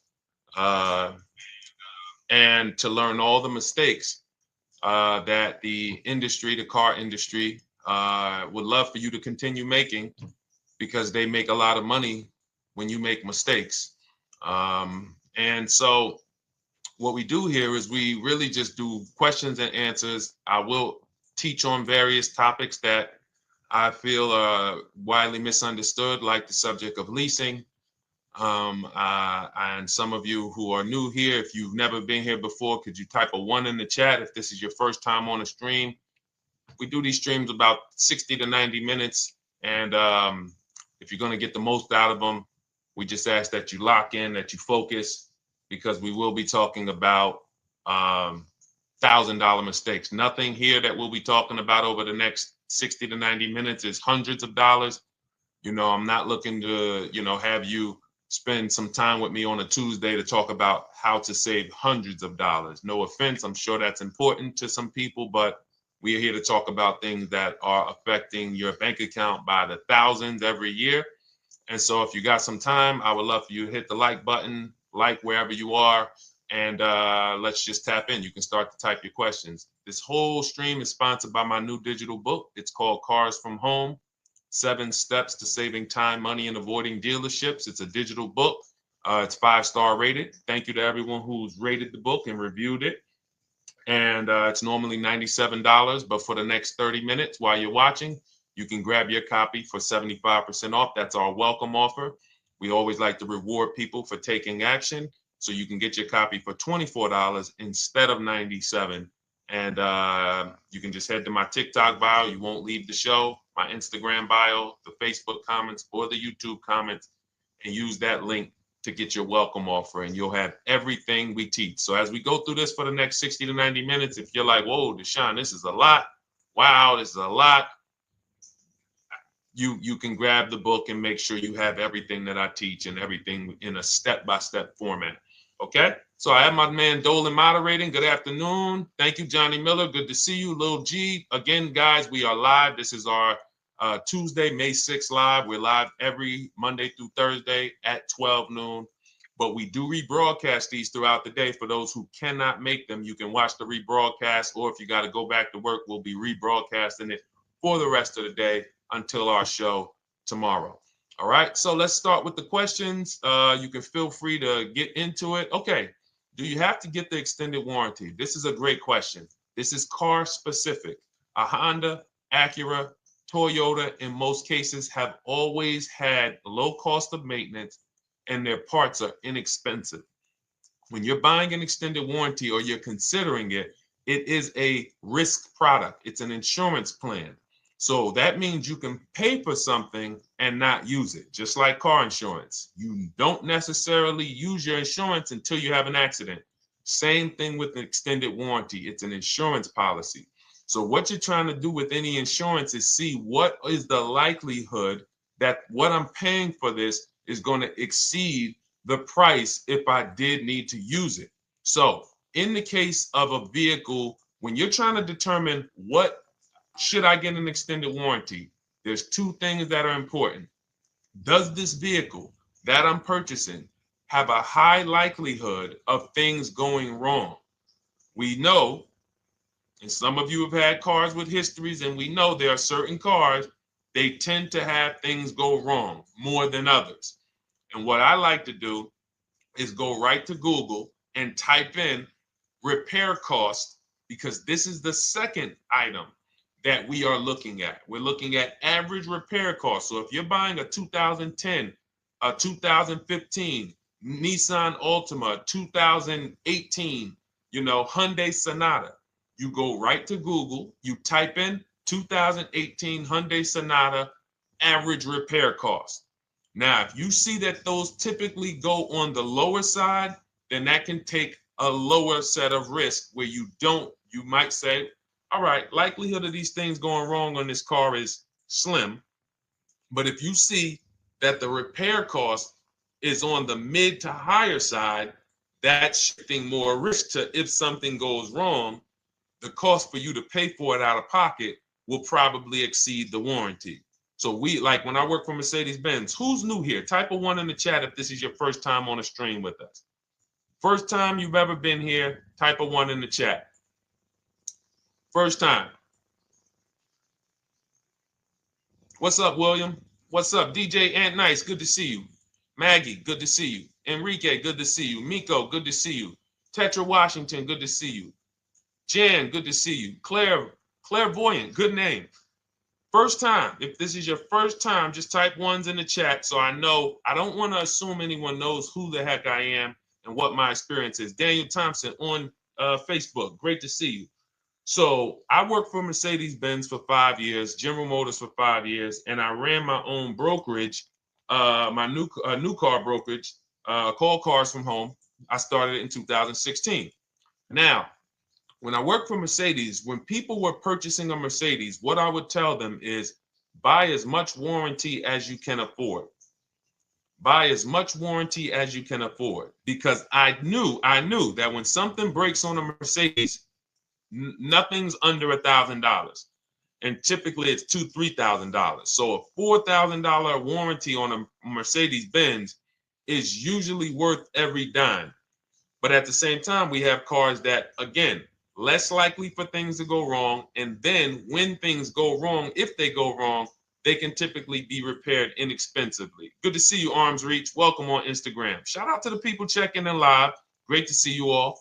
So that's how you're measuring extended warranties. You don't want to get an extended warranty on a vehicle that has a low cost of repair and a low likelihood of things going wrong. You can then take your money, put a little bit to the side, have a little emergency fund, that same $3,500 that you would have put into the warranty, or $2,500, you put that to the side over the course of a year, 2 years, put $100 a month to the side, and then have that be your cushion just in case things go wrong. It's better for you to have that money in your bank account, and if things go wrong, you take it to your mechanic. You must have a local mechanic.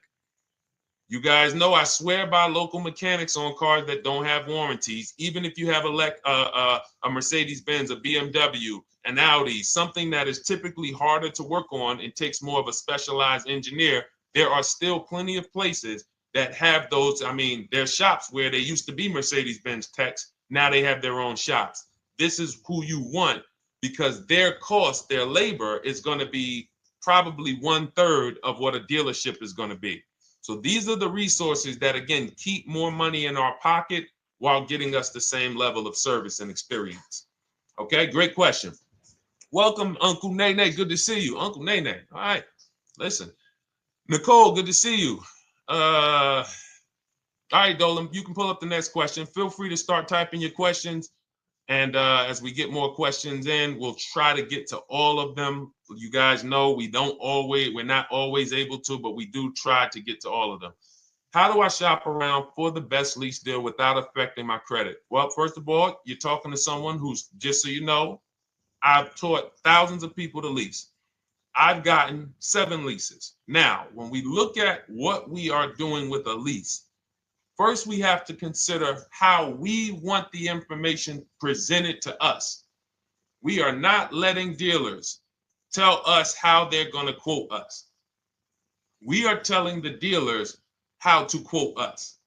So we are going to have all our quotes. Thank you to everybody hitting the like button. I see you. I appreciate you. And shout out to the sharers. As I see people who share, I always like to give the shout outs to the people who share this broadcast with their friends and their family. And thank you to everyone who's giving gifts on TikTok and Instagram. Appreciate you all. So what we are doing when we're telling a dealership, you give us a quote with first month's payment only out of pocket, 12,000 miles per year, and put all the taxes and fees into the payment, assume tier 1. So we are presenting it now in my book and in my Shop with Deshone programs, my video checklist. I have all the templates. If you're going to do this yourself, you just need to remember how you're presenting this.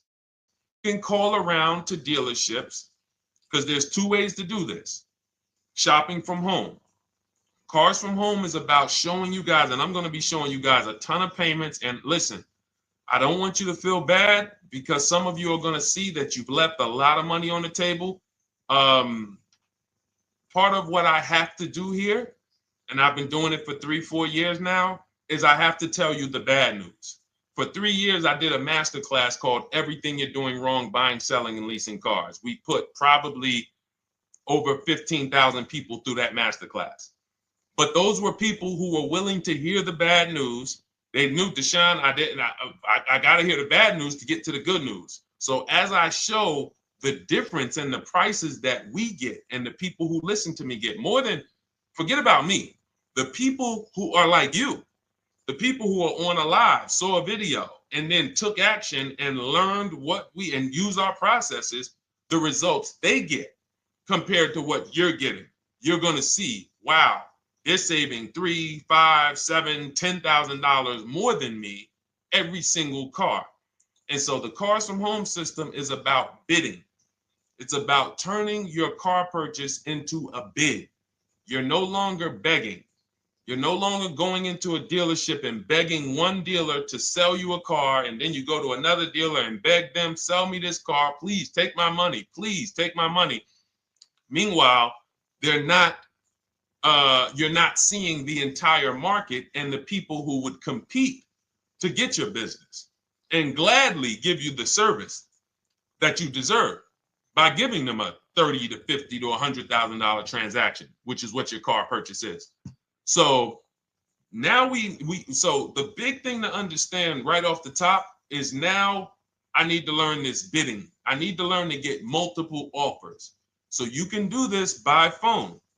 You want to do this by phone, you can call around, but you must give them that information in order for you to compare the deals the right way. Lynette, good to see you. Christina, good to see you. Melvin, good to see you checking in. Rudolph, I see you.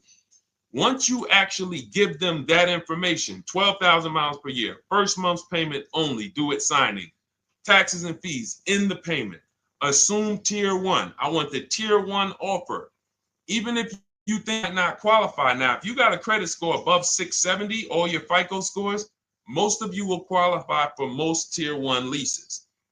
So you want to see, what does this look like as I get my offers?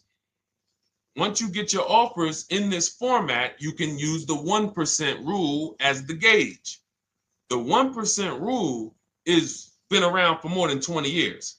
Everyone who leases and who's savvy, we understood if your lease payment is 1% of the MSRP or less, you stole the car.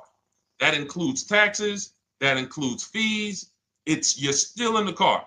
So example, we're looking at a $30,000 car, Hyundai Sonata or a Hyundai Elantra, $30,000 car. When we shop all our offers, if that lease payment is $300 per month, with only $300 due at signing. In other words, I show up, here's $300. Good to see you, GDTV. Thank you for checking in on YouTube. Once I give you that $300, that's my payment for the next 35 months.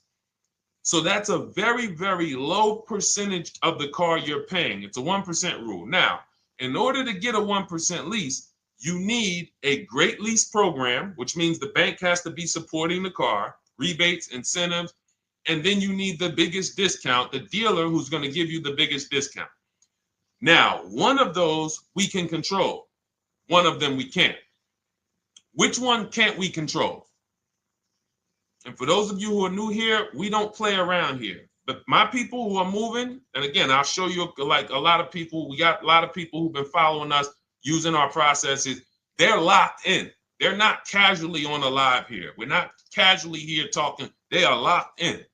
Like, boom, okay, I hear you. They're answering, they're typing, they're not, vacuuming in the kitchen and trying to hear. You can't do. We're talking about your second most expensive purchase of your life. It's going to be, you got to lock in.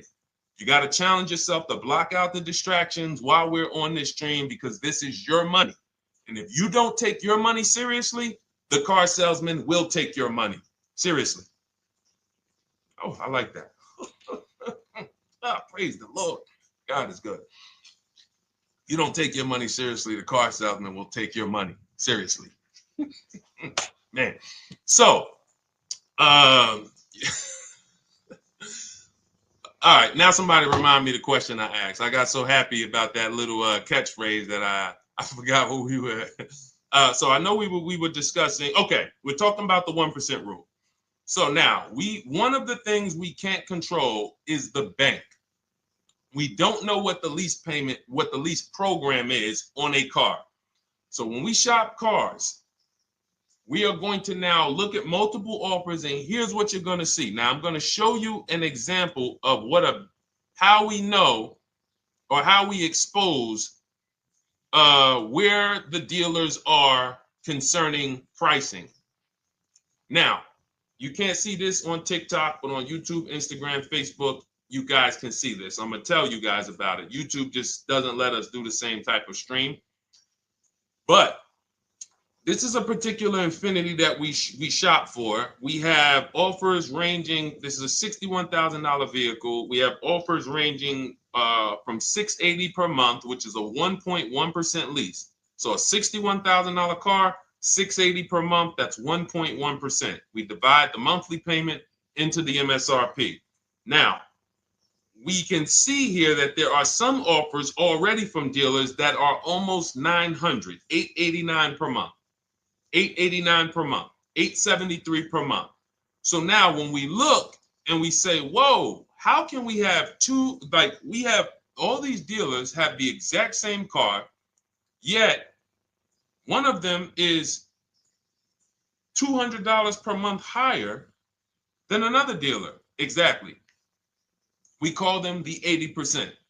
The 80%, even after back and forth, even after, hey, we'll take off some money. All right, we'll drop the payment $50 a month. Their offer is still so high. It's a horrible deal. Now, why would they offer this? And this is consistent. So I don't want y'all thinking, well, the dealers that I walk into, they're different, Deshone. They take off more money. It does not matter what you think. If you don't have the market reports, if you don't know how to get multiple offers so that you can see, we do this all around the country. We have students all around the country in Cars from Home. We have people we shop for. We have over 13,000 books sold now. Like, we have lots of data to prove this. 80% of dealers are going to be overpriced. This is another particular deal on a Toyota, a market report. And you guys can see that the out-the-door prices here, list price, $32,000. Out the door price with taxes and fees, $38,000. That means that dealer is charging all types of fees on top of their price. The $39,000 MSRP. Look at line number 3. $39,000. Out the door price is $41,000. We can see $39,000 out the door includes taxes, includes all the fees. So we can see that these out the door prices in the left, in the right column, are way higher than the MSRP, $35,798. Out the door price is $39,700. But look at the green. Look at the green. This is what we call, we found the dealer at this time who wanted to win the bid. They wanted to win the bid. They needed the car sold. This is a rotation. We don't say to them, wow, they won the bid one time, so they must win the bid all the time. No dealer can win the bid all the time, or they'll be out of business. But in this particular case, at this particular time, for this particular client, this dealer said, we're going to sell this car for that's $35,500, and out the door with taxes and all the fees, $34,994. That is a over $4,000 discount off this vehicle. When all the other dealers are, not only are they not giving you a discount, they're charging over list. And they might come and say, all right, we'll take off $500. We'll take off $1,000. We'll take off $1,500. They might start so high with you guys that you think, wow, they started up here and I talked them down. They took off $3,000 from me, but they already were $3,000 in fake fees, protection plans, and all of this padding, dealer adjustments, which is fake fees. So whenever they say, because the dealer gets a minimum of a 6% profit margin, from list to invoice, we have profit. From invoice to holdback to triple net, we have money. That's all the profit margin. On top of that, when we add a dealer adjustment, what we're saying is we're going to sell this car to someone who does not have the skills to find our competition. And they're going to come in, and if we got to take off $2,000 to make them think they won, this is what we're going to do. But what we do here, what people like Brian is going to do, look, just finalize my first ever lease using your system, 2025 Honda HRV, $30,000 vehicle, $395 a month payment. no money down. His initial quote was $434. He ended up using our calculator, which we have in our book and in our program. If we put all our offers into that calculator, it tells us what to counter. He gets that offer for $395. That's his deal. We look at somebody like Wendell. Look, thank you. It's the least I can say for your book, Cars from Home. We're still in the middle of the process. Just sold our car today, like 10 minutes ago, for 30% above value. Why? Because he got bids. Look, using the insights from your book. I've read the book multiple times and told many people about it because it's that good. It's so intuitive and insightful. We'll be moving to the next step soon, and I'll write again. So now you heard him say we're moving to the next step soon. Step 2 in my book is the equity assessment. That's when we get bids for the car we have. We get bids. You're going to go to, listen, you should never be trading your cars in. Let me ask you all a question. Do we get the most money for you name me one thing that we get the most money for that thing trading it. Name me one thing. If I had this iPhone, do I get more money trading that iPhone in for another phone, or do I get more money listing it online and selling it to whoever will pay the most? Trading or selling? Let's go. Who's locked in? Tax advantages are very small. I understand you, Ronald, but the tax advantages, we have people that are selling their cars to cash buyers for $3 to $5 grand more than what they can get on trade. A tax value, a tax advantage for the difference is not, it's minimal. Exactly. Thank you, King Carter. You listed. So the money is in the bids and the competition. So going back to this person who asked the question, how do I get the best deal on a lease? It's going to be through multiple offers. That's my 2 favorite words. I would wear them on a shirt if I didn't wear unlearn, relearn. Because more than multiple offers, I need you to unlearn. Because the people who come with bad information from years, Deshone, this is not how my uncle taught me to buy cars. Deshone, this is not how I ever heard about getting cars. I was always taught just go in and just don't tell them about your trade and then ask to see the invoice and all of this stuff. That's what I was taught. Yeah, but you're not going to get the prices we're getting until you unlearn all of that bad information. Bidding is how we buy everything. When we go into the supermarket to get spaghetti sauce, all of those companies are bidding. They're bidding. Hey, listen, we'll sell you this for $3.99. Hey, we'll sell you this for $5.29. But we got a better product. We got quality. Look at us. Look, it's all bids. Everyone who wants to sell us something is competing, except car dealers. Y'all notice that? So the mindset that y'all got to have if y'all want to really win and save all of this money and get these huge discounts is I'm going to start purchasing and leasing cars like I buy other things. It's going to be a competition. And I promise you, your whole life is going to change. Your entire car buying experience will change forever. You will be sitting here just like my man Ken, graduated, $585 a month payment, no money down on his Nissan Murano Platinum, $50,000 vehicle. He's paying $585, no money down. $50,000 vehicle. How much would a $50,000 vehicle cost us on a loan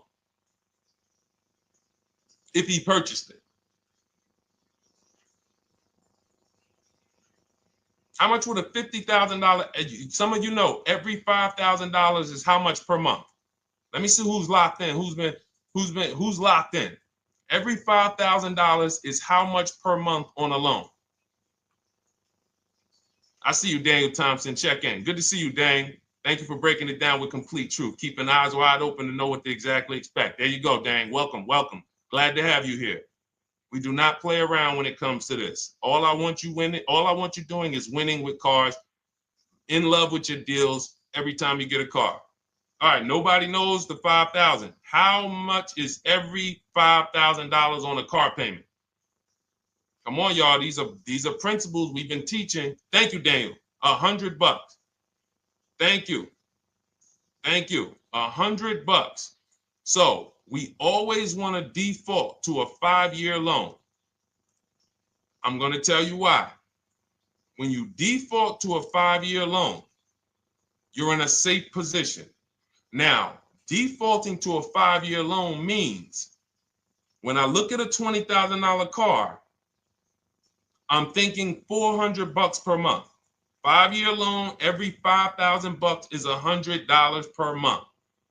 If worst case scenario, I'm trying to get a little bit more car, then I'll go to a 6-year loan, but that's the max. I'm not going past a 6-year loan on a car. That's like going to a 40-year mortgage on a house. They're available. It's not a good idea. So when we look at these, you say to yourself, wow, a $50,000 car, that should cost him, if he did no, remember, this is a no money down deal. We're just looking at how much money we're putting in these cars. That car would cost him about $1,000 a month if he purchased it, 5-year loan, no money down. Which is why when people purchase their cars, what do they typically do?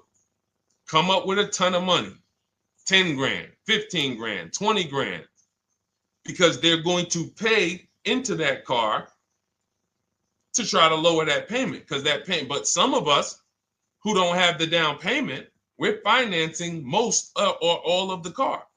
But here's the thing. I don't want you to feel bad if you're one of those people who's like, Deshone, I really don't be having those down payments of 10 grand, 15 grand, but I want to drive something quality. Exactly, I hear you. Here's the bad part about the people who are putting 15 grand down on their cars, but they're breaking the 8-year rule. This is what we call in Cars from Home and everything I teach, the most important question is how many years are you going to keep this next car? If it's not 8, then we don't purchase those cars, because here's what happens with people who go into their bank account, slap $15,000 down in a car, and don't keep the cars 8 years. And if anybody's willing to be honest, they will confirm this right here on the stream. When they go to replace that car in 3 years or 4 years, they literally have a little bit of equity. Maybe they're just breaking even. They're not getting that 15 grand back. It's gone. It's gone. Anyone who puts 10 grand down on a car and then comes back in 3 years, 4 years, all right, I had the car 4 years, 5, listen, I'm going to switch this thing up. They still have a payment. They are barely breaking even.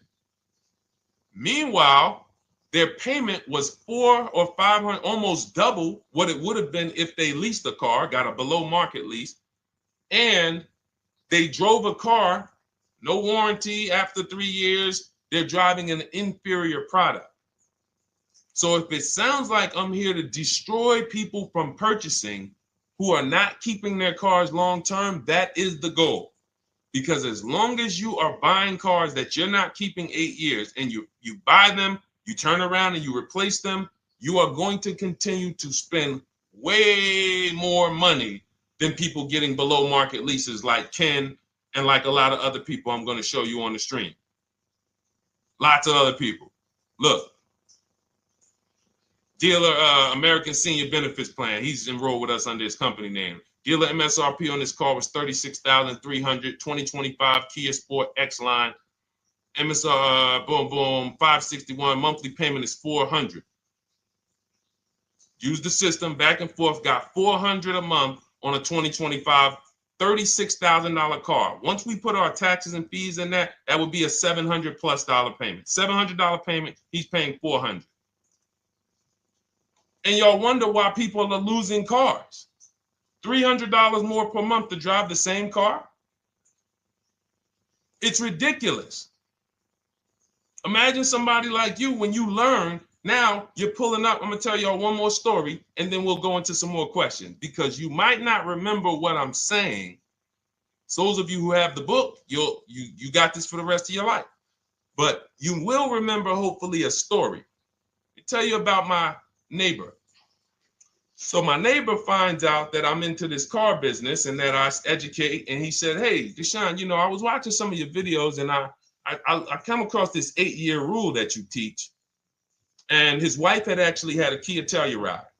Popular vehicles, probably been one of the most popular SUVs, that the Palisade, since 2007, 2019. Super popular vehicles. People were charging $5,000 over sticker for them during the pandemic. People were paying it. We were getting them at discounts. Now, his wife totals the truck. She has an accident, totals the truck. She's fine. Truck is totaled. He was financing it. He said, Deshone, I see this 8-year rule thing, man, and I don't keep my cars 8 years. I said, okay. He said, so I'm thinking I should, like, you're saying I should be shopping for a lease on my next one. I said, exactly. I said, make sure you get multiple offers, because if you just walk in and say, hey, work me up a lease, they'll give you the same payment you had on the purchase. And then they'll tell you something ridiculous that they want you to believe, like, hey, the lease is the same price as the purchase, so you might as well just purchase it. And people believe this stuff. Now, I said, you get multiple offers, stay at home. He calls me, he says, Deshone, I got the new version of the Telluride, new. I'm paying $479 a month. He's $497, and then he said, I think he put down like $1,000, bring it down to $479. $497. He was just paying $800. Do you think anyone can tell him anything about leasing? He's pulling up in the same exact truck. In fact, the newer version. He knows he wasn't going to keep the car long term anyway. He's not going to pay it off and then keep the car and have a paid off Kia Telluride for 10 years. That's not what he does. He keeps them 3 years, 5 years, 7 years, and then he replaces them. So why is he paying $800 a month for years, no warranty, when he could be driving brand new ones for $497 a month, problem free? But as I said, some people are determined to pay more. But the people who, once you get this leasing thing, if you're not keeping your cars, it will change your life. Now, again, I got a car I'm purchasing, we're keeping it. Anything you are buying, keeping 8 years, forget about leasing. It shouldn't be a thing. Who keeps their cars more than 8 years? Let us know. You're an 8+ year person, let us know. In fact, I don't even want to ask, who has a car right now that they've had more than 8 years? And then we'll answer. I want to get Kathy's question too. And then let's get some purchase questions. Let's get some used car questions. Let's get some bank financing questions. We do it all here. But one of the most misunderstood subjects is this leasing thing, and it is costing you guys thousands of dollars every year. And you're driving old cars with no warranties, paying high payments on them because somebody told you you should be purchasing cars. I'm here to tell you they owe you money. They owe you money. All right? So who has a car right now that they've had more than 8 years? Let us know. How many years have you had it? And by the way, for those of you who just joined, this is our Tuesday, May 6th live. We are live every Monday through Thursday at 12 noon Eastern time. So for those of you who are here catching us live, that's when we're live. We will rebroadcast this and replay this show throughout the rest of the day for those who could not catch it, or if you had to jump off, go back to work. You're like, oh, I got to go back to work. You can catch it on the replay throughout the day. But we are live Monday through Thursday at 12 noon. So welcome to the people who are here. EJ, driving a lot of miles does not matter. Let me break this down for you. So right now, let's go to somebody who else has a lease. Let's look at, because who's heard with leasing you can't drive too many miles? Who's heard that, right? Type me if you've heard that. Let's go. Type me if you heard that. Come on, where's the locked in people at? I see Kathy, I see EJ, I see DJ Ant Nice, I see XP. All right, I see Mr. Slim. Welcome to the community. I see Rhonda. All right, where are the locked in people? Instagram, where we at? Locked in. All right, dang, I see you. Jamel. All right, perfect. So, Sherry, I see you. Sherry Baker on TikTok. So you've heard, oh, you can't drive a lot of miles with a lease. Let's be clear here. You choose the mileage on your lease. It's not selected for you. In fact, the only time it is selected for you is if you don't realize you choose it. That's the only time they're going to choose your mileage for you. If you go in and you do something like, hey, work me up a lease deal, they're probably going to work you up a 10,000 mile a year lease deal. And they're probably going to say, hey, you need $3,000 down, and this is going to be your payment. And next thing you know, it's a high lease, and it's just terrible. Happens all the time. We tell people how to quote us. First payment due at signing, taxes and fees in the payment. So now let's look at a lease, and let me show you what it would look like. So this is Val Boss Lady. She's in our Shop with Deshone program. Everything that you guys know that we're talking about here, if you're like, hey, I really, really want to go deeper, I want the step-by-step, the blueprint, that's my digital book, Cars from Home, 7 Steps to Saving Time, Money, and Avoiding Dealerships. Normally $97. You get a welcome offer. It's 30 minutes because I want to see you win, and you get 75% off for 30 minutes. If you go to my TikTok bio, Instagram bio, YouTube comments, Facebook comments, click those links, and then click that one that says $24 welcome offer. 30 minutes only, reward for taking action. You have everything we teach, the low market leases, the low market purchases, used cars, bank bidding war, making banks and credit unions bid, all of that, $24. You can, somebody emailed me yesterday, said, I'm $15,000 up with what I've learned from you already. And so if you can get it for $24, you can save tons of money for the rest of your life on a $24 investment. In this case, Val's in our, she's more of a wants to do it with me type. Videos, checklist, she doesn't want to read. That's our Shop with Deshone, do it with me program. I coach people. And so she gets a deal on this particular car. Same information, by the way. Not better information here than the book. It's just different learning styles.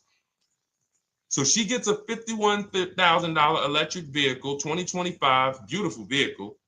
She's paying 1.16. So her payment on this car, on this $51,000 car, let's continue to make sure we understand the price of these cars. $51,000 car, her payment is $591. No money down. Now, some of you might say, wow, if I got $591, I'd probably put like $3,000 down, bring it down to $499. You could do that. That's how we can do. We can do that because she already got an incredible deal. Then we're just determining how we want to structure our payment. And thank you for everybody sending me gifts. I appreciate you. Thank you for all the badges. I don't take it for granted. And thank you for everyone who's hit the like button. Those of you who are double tapping the screen. Every time you hit something on TikTok, you like it, you double tap the screen, you keep running those likes up. We appreciate you. It does matter. It helps spread the word. So let's say Val wanted, she's a high mileage driver like EJ. Let's say, EJ, how many miles per year do you drive? 20,000, 25,000? Let us know. I'm gonna show you why. In my book, I have 2 strategies for high mileage drivers. I'll tell it to you guys right now. How many miles a year do you drive, EJ? 25,000, 20,000? Those are both high. Let us know. Or if anybody, else, because, anybody else who's a high mileage driver, let us know. How many miles? 26. All right. Thank you, EJ. So let's just round that to 25 for now. Let's just round that to 25. So let's say instead of her $591 payment for a $51,000 car, now you could shop for a $30,000 car and you can have a 1% payment. If it was, a similar deal, you'd be paying $300 a month. In her case, she has a $51,000 car. She probably wanted a nice SUV that looks beautiful, that some other people are paying $1,000 a month for. She's paying $591. But if she wanted to bump it up to 15,000 miles a year, she'd be paying another $30 more per month. She'd be paying $620. Now, if she wanted to bump it up to 20,000 miles per year, she'd be paying probably another $80-90 per month. So she'd probably be paying $700 to drive 20,000 miles per year. Now, let me tell you guys, because some of you guys who are like, yo, man, those payments are high. We're talking about $50,000 cars here. So if you were shopping for a $30,000 car or $35,000 car, naturally, if we took the same exact numbers, let's take a $35,000 car, 1.16 lease. That's a 406 payment, probably $399. So now, in order to go, and let's say you're a high mileage driver, just like EJ, you want to add another 15,000 miles to your lease. You're probably going from 400 to 550 or 575. But you have all the mileage you need.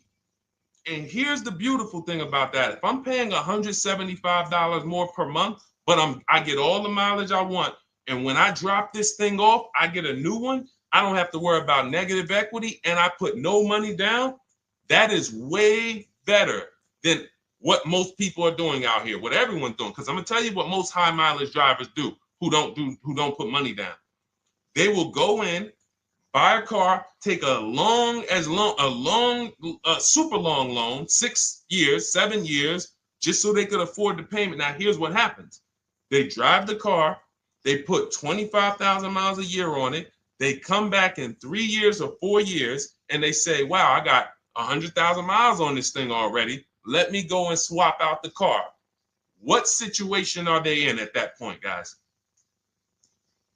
You put 100, you got a 6-year loan, average loan. You drove 25,000 miles per year. You put 100,000 miles on the car in 4 years. You come back, you still have 2 years of payments left. 15 grand negative equity. I used to see it all the time. Thank you, I am rich. Locked in on Instagram. I see you. Locked in. See it all the time. Every car salesman who has dealt with a normal 25,000 mile high mileage driver that does not keep their cars sees it all the time. They come in, yo, man, what you do for a living? Man, yeah, I do DoorDash, I do Uber. Oh man, I work in sales. You know, I'm on the road a lot. You know, I'm here. You know, all right, I want to replace this thing. I got like 110,000 on it. Okay, you still got a loan on it? Yeah. All right, we already know you got negative equity. Then we appraise the car. All right, the car's worth like 7,000. How much you owe? Man, you owe 19,000. All right, well, what can I do? Can you get me into something? Roll that loss all the way over. On top of that, you finance the car, so your payment is high. You finance the whole car, so you're paying a high payment compared to if you had leased, just literally shop for your leases, added your miles to the lease that you needed. You're paying $175 more per month. You got a brand new car. And I'm going to tell you, I did not make this up. I learned this from someone. A lot of what I'm teaching you, I learned from my clients when I was in the dealership. This guy, I worked at Hyundai for six weeks. Man, this dealership, the owners got indicted. I got out of there. Way before the owner got indicted. It just had straight up highway vibes, like the worst you could ever imagine. As I was in there for 6 weeks, I was a manager. I enjoyed being a manager. We did a lot of deals in my department in 6 weeks. But I said, I am out of this place. Anyway. But I learned something very valuable there. We had a client a customer was returning his lease on his Hyundai Sonata. Guy comes and I'm grounding the lease. I'm doing the paperwork for him. He has 72,000 miles on the car. 72,000 miles. I said, how the heck? I said, you lease this? He said, yeah, I always lease. That's all I do. He said, I used to buy my cars every single time I came. I had to put large down payments, 10 grand, and then I'm still having negative equity when I come to trade it in. I'm having high payments. It's ridiculous. I looked at his payment, and let's say the average payment for a good deal on a Sonata at that time was $300, $325, whatever it was. He was only paying like $550. He was only paying like $150, $175 more per month. He had a 25,000 mile a year lease. And that's what he did. I drive these cars. I'm on the road. Boom, boom, boom. I change my tires. I do my maintenance. 3 years. It's a fixed cost. There's no variable cost. I don't have any surprises. I'm not getting hit with a negative equity bill that I got to transfer, which means when I transfer my negative equity, I get less car on the next transaction. Because if I got to bring over 15 grand of negative equity, that's probably 300 a month that I'm paying for my old car when I get my new car. So if my new car was 400 a month, but my negative equity is another 300 a month, I'm getting less car for my money because now I got to take all those losses and bring them over to my new car. This is high mileage drivers and people who don't understand leasing.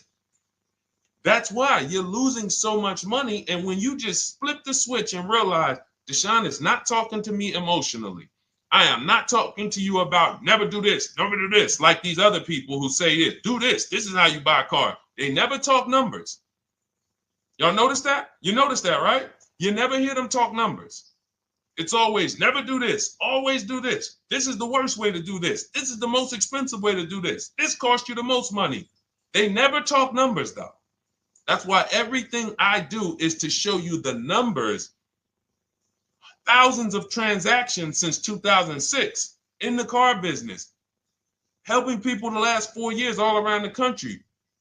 This is the numbers that they might not understand.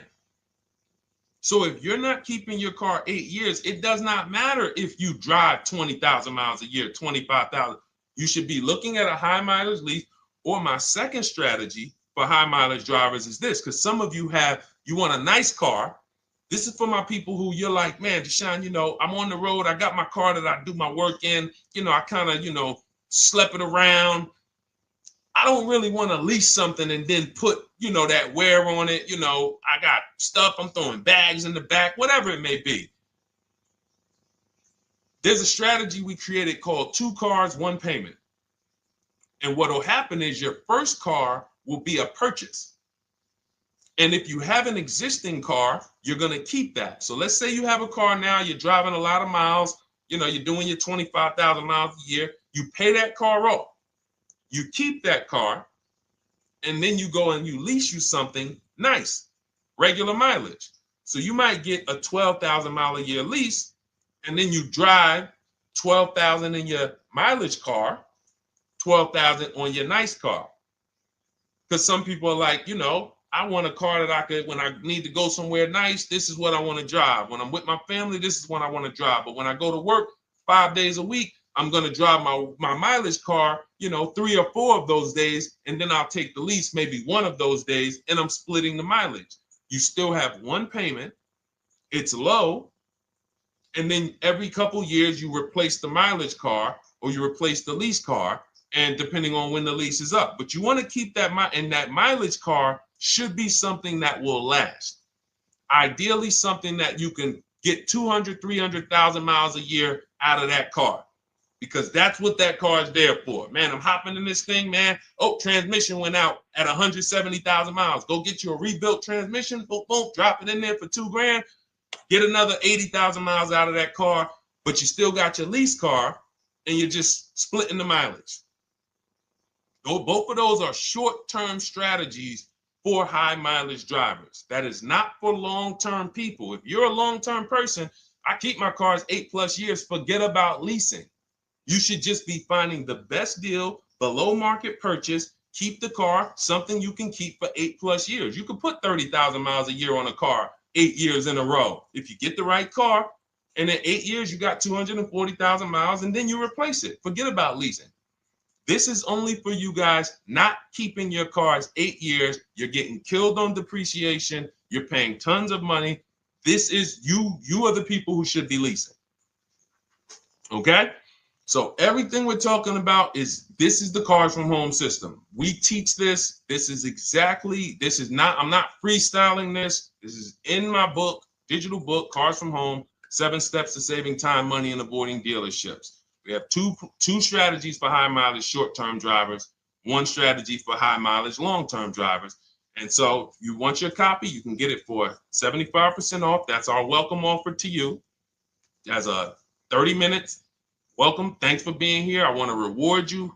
If you want everything we teach in a step-by-step way, go grab your digital copy. It's in my TikTok bio. It's in my Instagram bio. Click those links. We also got a link in the YouTube comments and the Facebook comments. Grab your copy and make sure as soon as you purchase, screenshot the thank you page. You're going to see thank you for your purchase. screenshot this page because it has my support team's email on there. And then there's a link for you to open the book right there. You can save it right to your computer or right to your phone. Okay. But and we also have a special for those of you who are like Deshone. What about that, video checklist and coaching program? That's lifetime access to my video checklist. You're like, maybe Deshone, I don't really read. I like step-by-step videos. And also, I want to be in your Facebook group. We have 1,600 people before you that are in that group. 2,300 people that are shopping with us that have a lifetime access to our video checklist. We have a $200 special for that welcome offer. And so I'm always about rewarding people for taking action with a special offer. It's limited time though. And so get in where you fit in. All right, let's keep it going. Thank you, Corey. Said amazing knowledge. Thank you. And I'm glad I saw somebody said that's a great idea with the 2 cars. Thank you. It's a great idea. All right. You've convinced me to lease my next vehicle. Awesome. Awesome. Does your service shop for lease terms on the car? Absolutely. If you qualify for done for you, that means you just want to relax. That means we only shop for new cars and leases for people, new purchases and leases. And you have to have a FICO score over 670. But yes, here is a market report that we prepared for a client. Let me put on Do Not Disturb. Here's a market report we prepared for a client. Okay, so I showed you that that's an affinity. We didn't even finish that. We had just started for this client. But this is, do I have one here? No. Do I have a lease market report here? Yeah, right here. So that's an example of what a Kia, this is a particular Kia lease where their best offer was a 1.27 offer. Now, here's how you know you found the bottom of the market. And again, whether you're using the book or whether you're calling around, again, you can call around to do this. The key is not going into dealerships. You cannot do this going in. Once you get your offers, you know you found the bottom when your best offer is between $150 to $200 less per month than your worst offer. And if you're purchasing, you should see a spread of between $3,000 and $5,000 minimum between your best offer and your worst offer. That's when you know you've shopped correctly. Because until you find the 80% dealers, you have not shopped correctly. If you're like Deshone, these prices still seem close. You have not found, you're talking to the 80%. You haven't found the 20% yet. Because the 20% is going to be that $3,000 to $5,000 less than the 80%. That is just the numbers. That's the way it works. So yes, so when some cars you're going to see that the lease program won't allow for a 1.1% lease. The best offer, like, we've shopped Hyundai Palisades for years. And I got my dad one back in November. And his best offer is like around 1.3, 1.28. That's the best I've ever seen on a Palisade. I've never seen a 1.1 on a Palisade. I've had people in our Charles. Some of you know I posted pictures of him when he got his Palisade last year. We clear out the old pictures because we got a bunch of new people with 2025. So we're not going to sit here and talk about 2024s anymore. We got Ken, we got Melissa, we got Sheree, we got a bunch of new people, just Ralph. We're not going to, but I do remember posting Charles who got his Palisade and he's like, he shopped, used the system, got his multiple offers. Best deal was 1.3. So that's where it comes in at because of the lease program. That dealer is already taken off to win the bid, probably taking off $5-6 grand. But if they don't have more rebates and more incentives and a better, then it's not going to lead to a 1% lease. So the 1% leases come from major incentives. Maybe sometimes they have too many of the vehicles. They want to move them. Lots of bank support. But what I tell you is you should be looking for between 1.25 and 1.5. That's how you should budget for a lease, between 1.25 and 1.5. That's a great deal. And if it has a really aggressive lease program, once you get your bids, you're going to see it fall under the 1.25. You see it fall into 1.1, 1.2. but we don't know what the lease program will be until after we shop for that vehicle. Okay? So yes, absolutely. It's an empowering way to shop. It's also fun because you can see, man, I'm not begging anymore. Like these people are like, please do business with me. Please do business with me. And then you start to feel bad for everybody who's still in those dealerships doing it the old way because they're talking to the 80%. There's no way they can win. They don't even know there is an 80% to realize that's who they're talking to. So when the dealer says, all right, I'll take off $4,000, they're like, wow, I won. Man, the dealer took off $4,000. But if they saw the whole market, they would understand that that dealer actually is overpriced by $7,000, $10,000. So taking off the $4,000 means nothing. It's just sad. It's a sad thing. And that's why I spend my time trying to convert you guys from negotiating one-to-one to getting multiple offers so that you can see for yourself. All right. Thank you, Julie, name Richardson. Thank you for sharing. XP got the number 2 gifted badge. Forgive me because I don't really know what that means, but I just know that's what it's saying. So I appreciate it. Thank you, Corey22. Sherry Baker, thank you so much. Number 1 gifted badge. All right, let's go to some more questions. We got some more questions. Dolan, I'm sure you got a lot of them. And what I'm going to do for the rest of the broadcast is just try to do rapid fire questions and answers. Okay. And if you guys want me to go deeper on any particular subject, then just feel free to say, hey, could you go deeper on that? How do you get a car loan with bad credit? Well, we have a resource. It's not our company. We have nothing to do with them. But we always try to stay up to speed on who's financing people with bad credit, because the goal is you don't want a dealer controlling your financing. Somebody just came up to me. He's a neighbor. He's like, aren't you in the car business? I said, well, yes and no. He's like, well, listen, I got a connected Acura. Anybody you send me, they get anybody approved, I'll give you $1,000. I said, okay, cool. Thanks for the information. For them to give me $1,000 just for sending the customer, and he's also a middleman, he's not a salesman, how much money are they making on the customers? If they're going to give me $1,000 just for sending someone with bad credit to them, how much are they making on the deal? Arms Reach, congratulations. Just got my book. You use it when, please send me your email testimonial. Well, as you use it, just as you do your equity assess, everything, email me. Congratulations. How much are they making? We can imagine, right? If they're giving me $1,000 just for bringing them the customer. So this is what happens when you let the dealership control the loan. Because why do we separate? All right, I'm gonna break something down I call the 3 pillars of great car deals. Three pillars. You can't get a great car deal without maximizing each pillar. And some of y'all that have been with us for 3 years, y'all already know the 3 pillars. First, who you buy your car from.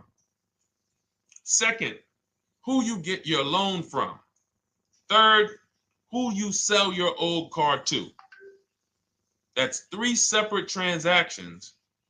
The car business has trained you guys to give them all 3.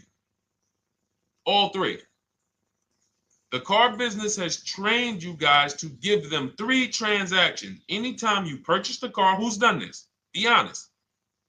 Purchased the car from a dealership, sold them your old car, in which case you call it a trade, and they got you your loan. Who's done this? 3 transactions in one.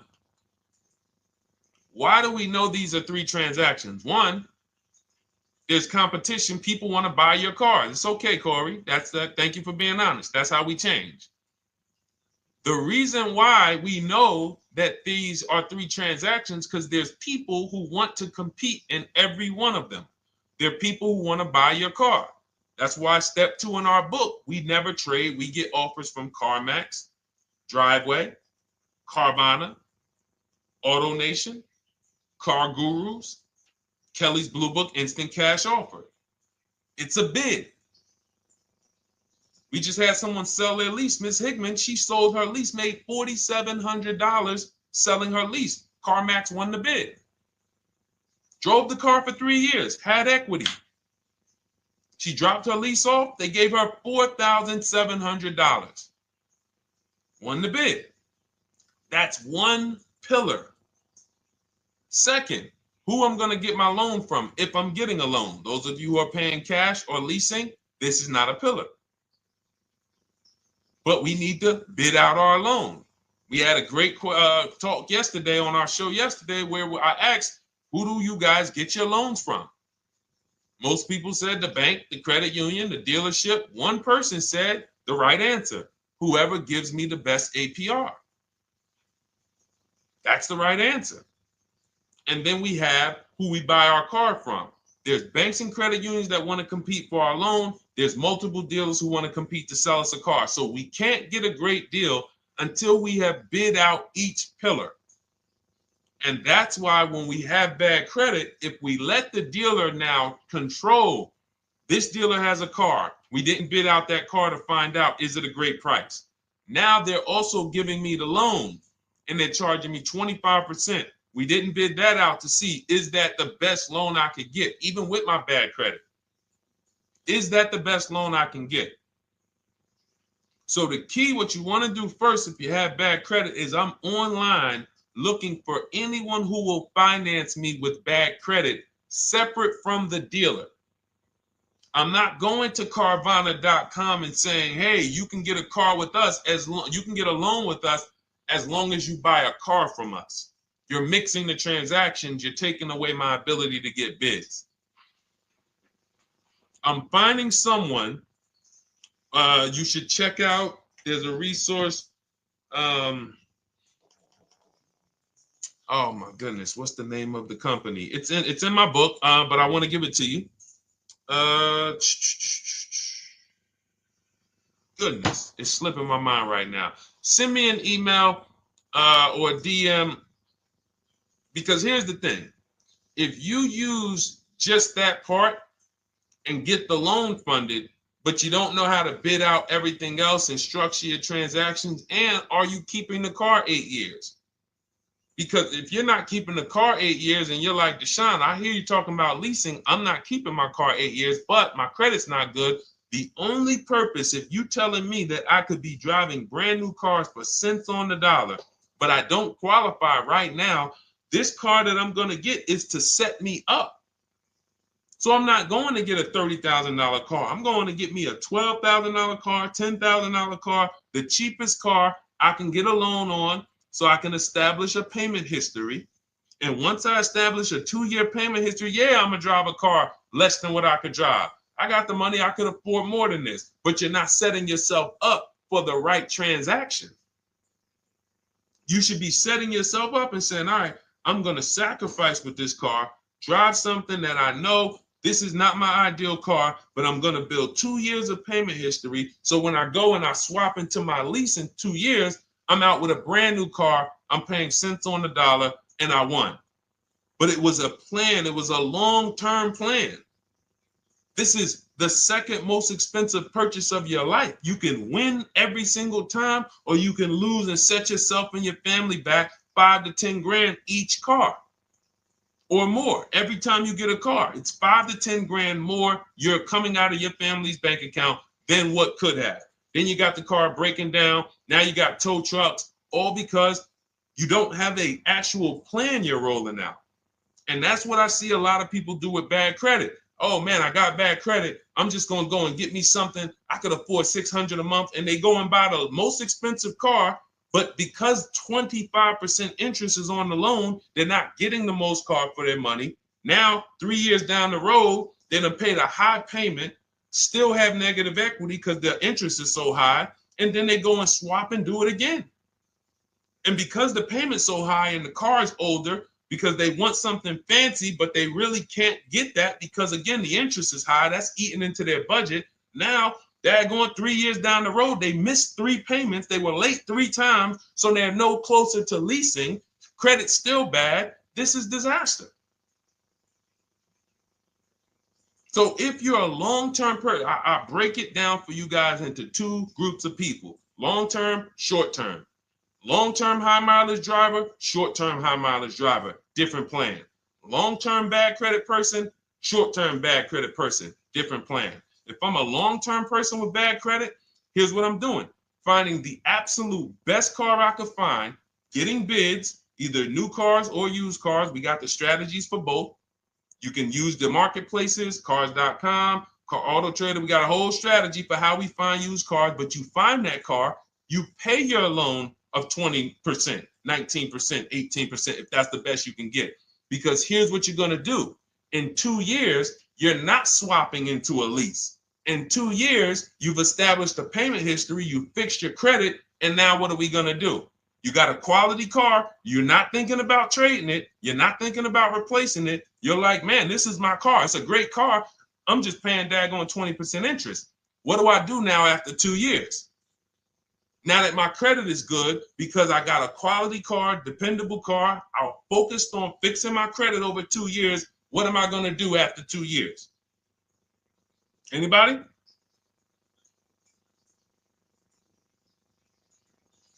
Thank you, Arms Reach. Refinancing the car. Exactly.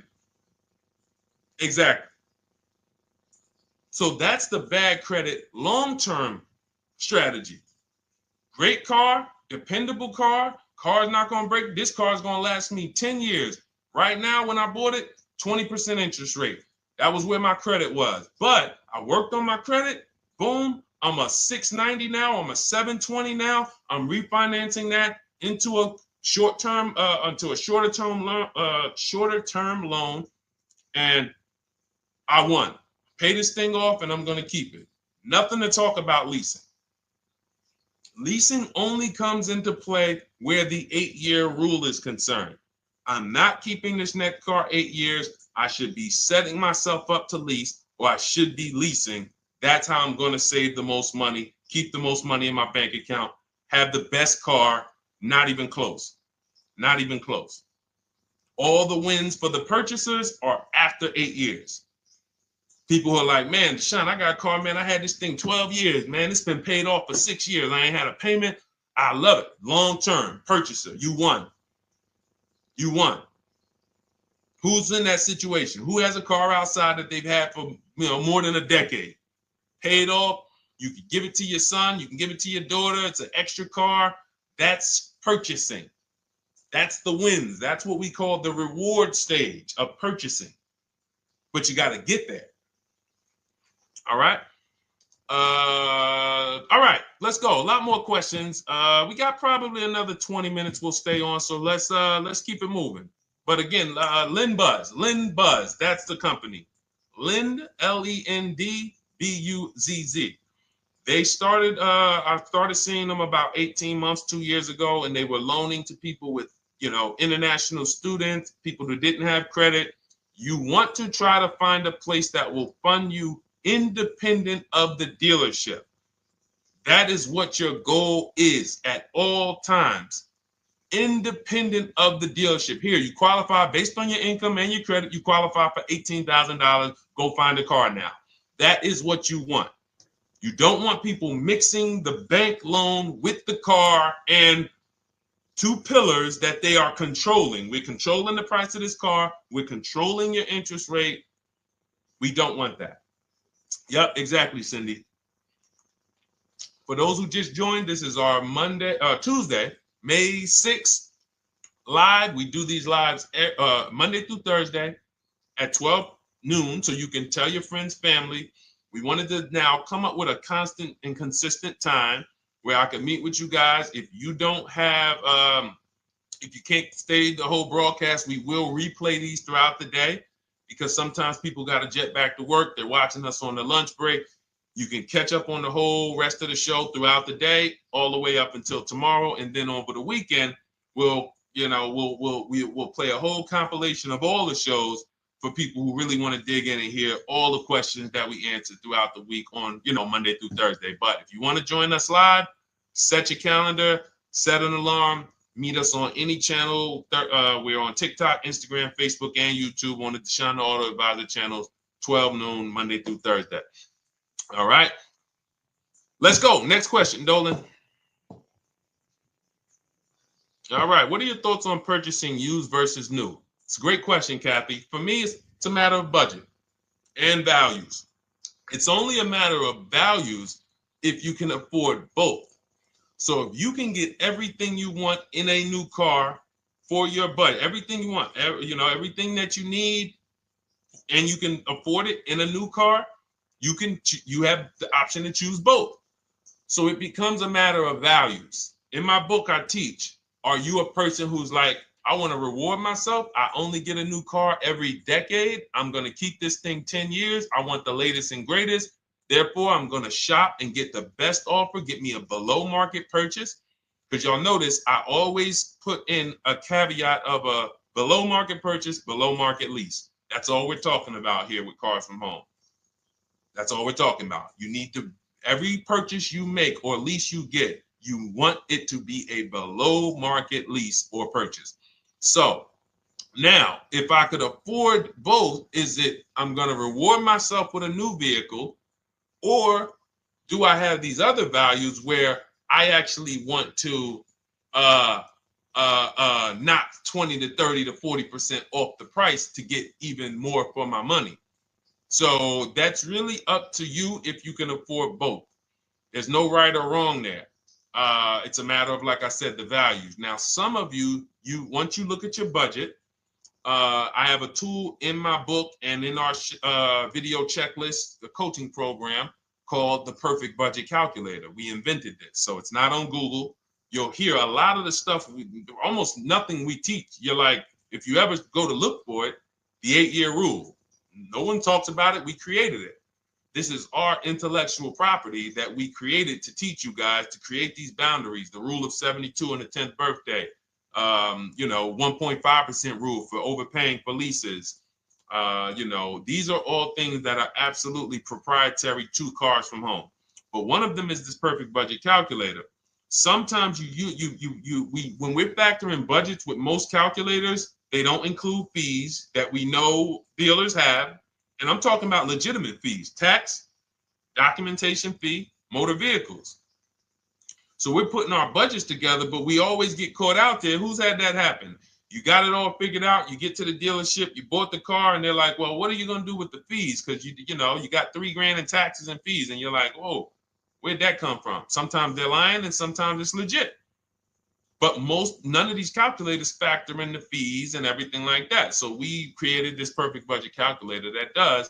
But here's the thing. Once you find out what your budget is, even if you're budgeting with a normal calculator, just add a couple thousand to account for the taxes and the fees. But you might see, I can't get everything I want in a new car for this budget. Everything I need, I can't get for this $24,000, in which case I need to go and look for a pre-owned one. So that's why I said, in reference to your question, Kathy, what are my thoughts on purchasing used versus new? It's a matter of values and budget. Budget first, because budget will determine if you can afford both and get what you want.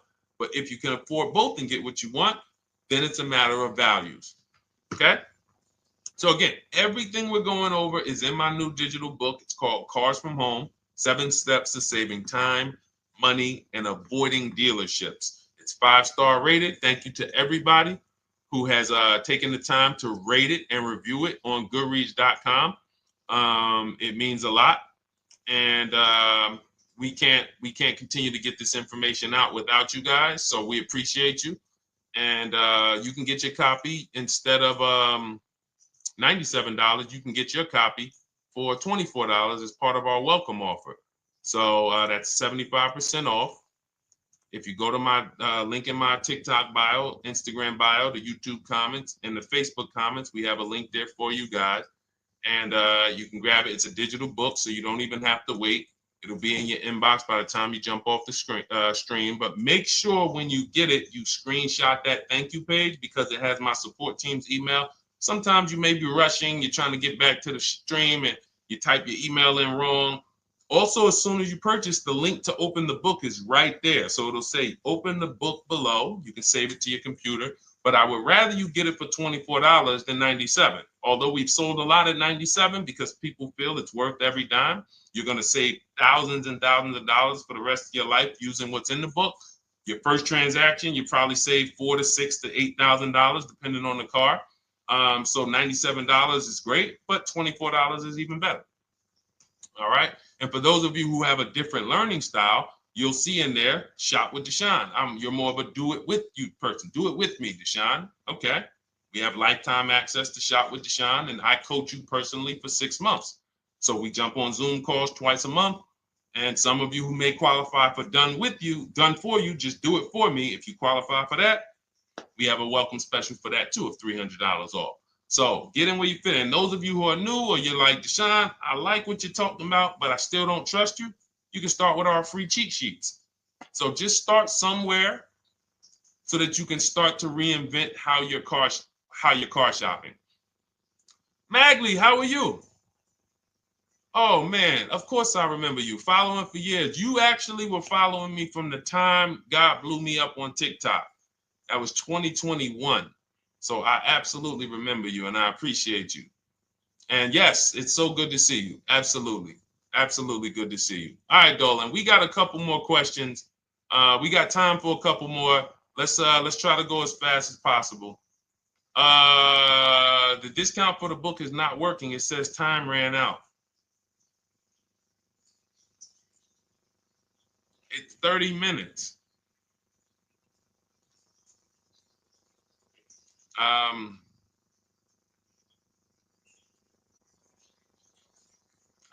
don't know. I don't know. Y'all help me out. I don't know what to do with that. I'm sorry. If the welcome offer for $24 was not really 30 minutes, then that means I'm just lying to you. You know what I mean? I'm just like, oh yeah, it's 30 minutes, but come back in 2 hours and it'll still be, you know what I mean? It's, start with the cheat sheets. You know what I'm saying? Like start with the cheat sheets. Get yourself your free cheat sheets, and start there. And when you feel better about working with us in some capacity, you go to the next step. Start with the free cheat sheets. All right, let's go, Dolan. So I'm a new driver. Should I be looking to be an 8-year person or a lease person? Well, I'll tell you this. I got 3 young adults. 2 my daughter, my daughter who's 18, my niece who's 20, and then a young man that I, basically like a son to me who's in the Navy and he's 21. Well, he'll be 21 this year. So he's 20. Now, they all called me in the last 3 months because my daughter's getting her license. My daughter didn't call me. She's getting her license in the next, in June. And we've all talked about this. How should I get this car? Now, my situation when I was 22, I'd already bought a $500 Mitsubishi Eclipse.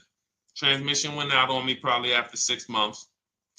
And then I bought a buy here, pay here car. This is before I got into the car business. I got into the car business, I was 22, working for Pontiac GMC Buick.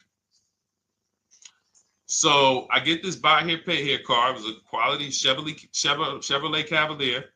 I didn't know anything about cars, so I went to a local spot. They said, hey, put down this, just pay us $50 a week. So I did that. But 22, I had my daughter, and my boss says to me, hey, why don't you lease something? And I was already selling cars, but I just didn't think, could I even, qualify for a lease? I don't even know what I was selling them, but I'm just literally doing what most salesmen do. All right, he wants to lease. All right, what's the payment? Yeah, tell him it's this. All right, perfect. They said it's that. Oh, that's a little too high. All right, they said it's a little too high. All right, so that's what I was doing. I didn't really understand anything. That's most car salesmen. So I end up getting a Pontiac G6. I'm 22. I paid $256 a month. Now, it would have been less, but I didn't get a tier 1 approval because I didn't have, I think my credit was like mid sixes at that point. And you know, you really want to be over 670 to get most of the tier 1 approvals. But it would only raise my payment maybe 25 bucks. Wasn't a lot. Now I'm 22. I'm driving a brand new 2007. It's still 2006. 2007. I'm pulling up, brand new car, full warranty, $256 a month. At the same time, I have a friend, got a vehicle, Toyota, financed it, went in. She had, you know, we had our, she had a young child, a little older than us, maybe 1 or 2 years older than us. And then she goes and she purchases a car. $500 a month. She didn't get ripped. That's what a $20,000, $22,000 car costs. She got a Corolla. $500 a month. We're 22. Plus insurance. This is enough to break a young person, young family. I'm paying $256. She's paying $500. That right there. When I tell people that story, it's amazing to me how many people will say, Deshone, when I got my first car, my parents took me out. We financed this car. We financed this. I was paying $400, $500, $600 a month. Whether the parents were paying some of it, or they were paying some of it, or they were paying all of it. Thank you, Kathy. Appreciate you sharing. So this is what all of them, all three, well, 2 of them. I don't know about the young man. Because his parents.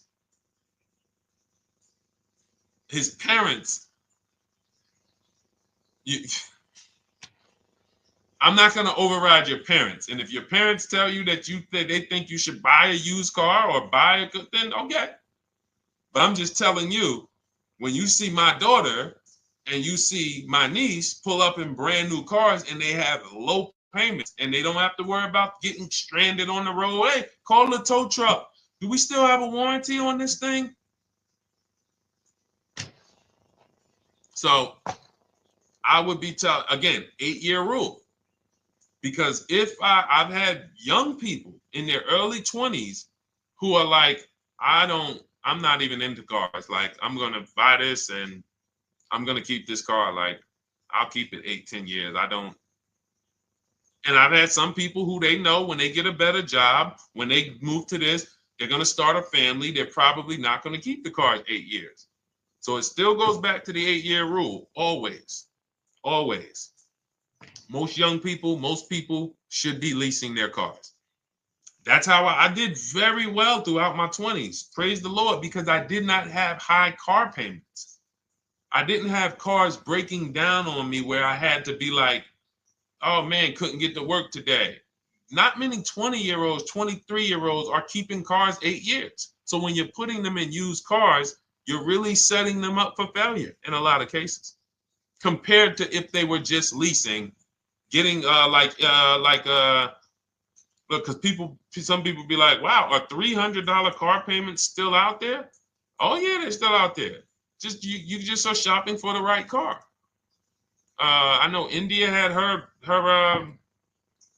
look, Rosalie, she's in our Done With You video checklist and coaching program, like Cars from Home. She's, you know, this is our Facebook group she's commenting from. 3 vehicles she got, all for her sons, all of them.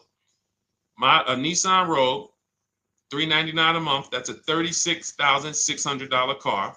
She got a Mazda CX-30. That's a $28,200 car. Payments $339 a month. $339 a month. And then she got a Mazda CX-50 for her other son, $40,000. On top, we haven't even talked about the equity and leases and selling leases and, you know, really maximizing the equity, because she said she got $6,700 selling 2 of the old leases. $6,700. Drove the cars for 3 years, had equity, bid it out, sold 2 of them, $6,700. You're probably like, Deshone, I didn't even know you could sell a lease. My question is, how much has that cost you? So when you're looking at investing in anything we're doing, be it my book, be it Shop with Deshone, our video checklist and coaching, be it our Done For You program. One thing that we do covers everything. Your first deal, if you're moving, you're gonna be like, shoot, I got everything I just invested back times 10. That's what we hold ourselves accountable to. Just her equity alone, she made $6,700 selling 2 cars. Didn't even know I could sell leases, and I just put $6,700 in my pocket selling 2 leases. Whoa. So $300 payments. Those would be perfect cars for young people. $339, that's with no money down. Imagine if she wanted to put another $2,500 down, bring the payment down to, $275. This is the way to be moving. And those of you who are getting this, are you getting this? If you're getting this, type some dollar signs. Who's getting this? Who's getting this? Type dollar signs in the chat. Who's getting it? Let's go. Who's locked in? All right. I see you, Mario. I see you, Dane. I see you, Terry Carter. I see you. Who's getting this? Who else is getting it? Who else is locked in?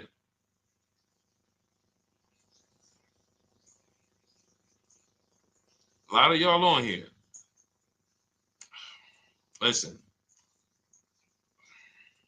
I see you, DJ and Nice. I see you, Arms Reach. And I can tell the people that's locked in because they be like, all right, Deshone, you said you're here for 90 minutes. I know we got about 3 minutes left. I mean, I'm hanging for this whole thing. I don't want to miss anything. Shout out to the people that are locked in. All right. Go ahead, Dolan. Should the out-the-door price include your trade? First of all, that's a curse word. All right, we're going to go back to that because I got out of saying that for a while. We do not trade cars. So you probably just popped in maybe about 30 minutes ago on the stream. We were talking about the 3 pillars of great car deals: who you buy your car from, who you sell your car to, who you get your loan from. You in order to get a great deal, a below market deal, you must get a great deal from each one, which means you bid out each one. I bid out, got multiple offers for who I was going to buy my car from. I got multiple offers for who I was going to get my loan from. I got multiple offers for who I was going to sell my car to. I bid out everything, therefore I got my great deal. If you bid out this, but you don't bid out this, and somebody you get an interest rate of 7.1 when you could have got an interest rate of 5.2, you lost $2,000. Depending on the cost of your loan, how much you're financing, you lost $2,000. Yeah, you did a bid on who you bought the car from, or you didn't bid out your trade, therefore you didn't find the highest bidder. You traded your car for 14. Another bidder would have paid you 18. You lost $4,000.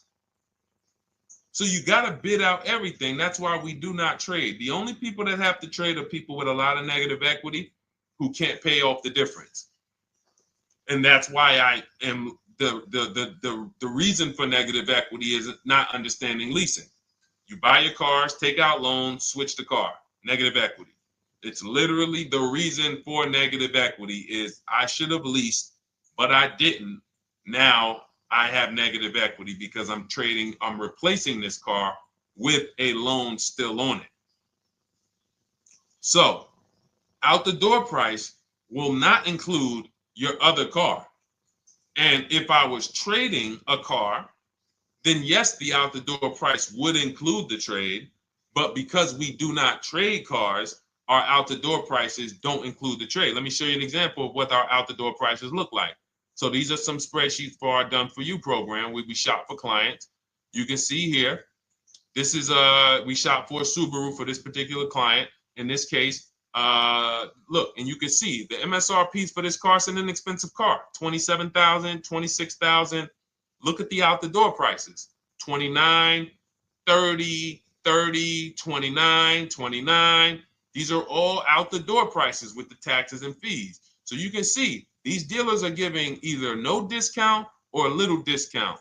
27 out the door price is 30,000. But look at the winner. Look at the winner. This particular dealer won the bid at this particular time They're not going to win the bid all the time. In this particular case, they needed the unit. $27,900 is the MSRP. Out the door price is $27,463. The out the door price is lower than the MSRP. How? Because they took off almost $4,000 in discounts.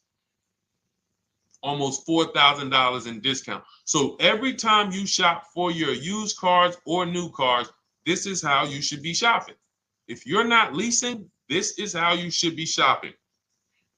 I'm getting multiple offers, out the door prices, comparing who gave me the best offer. Who gave me the best offer? Oh, look, Daniel Thompson said, D, I'm bidding out to sell my car and got a $4,000 swing from the lowest to the highest bid. This is the people who you listen. If I can bring them on and have them talk, they would be talking to y'all about how different this is.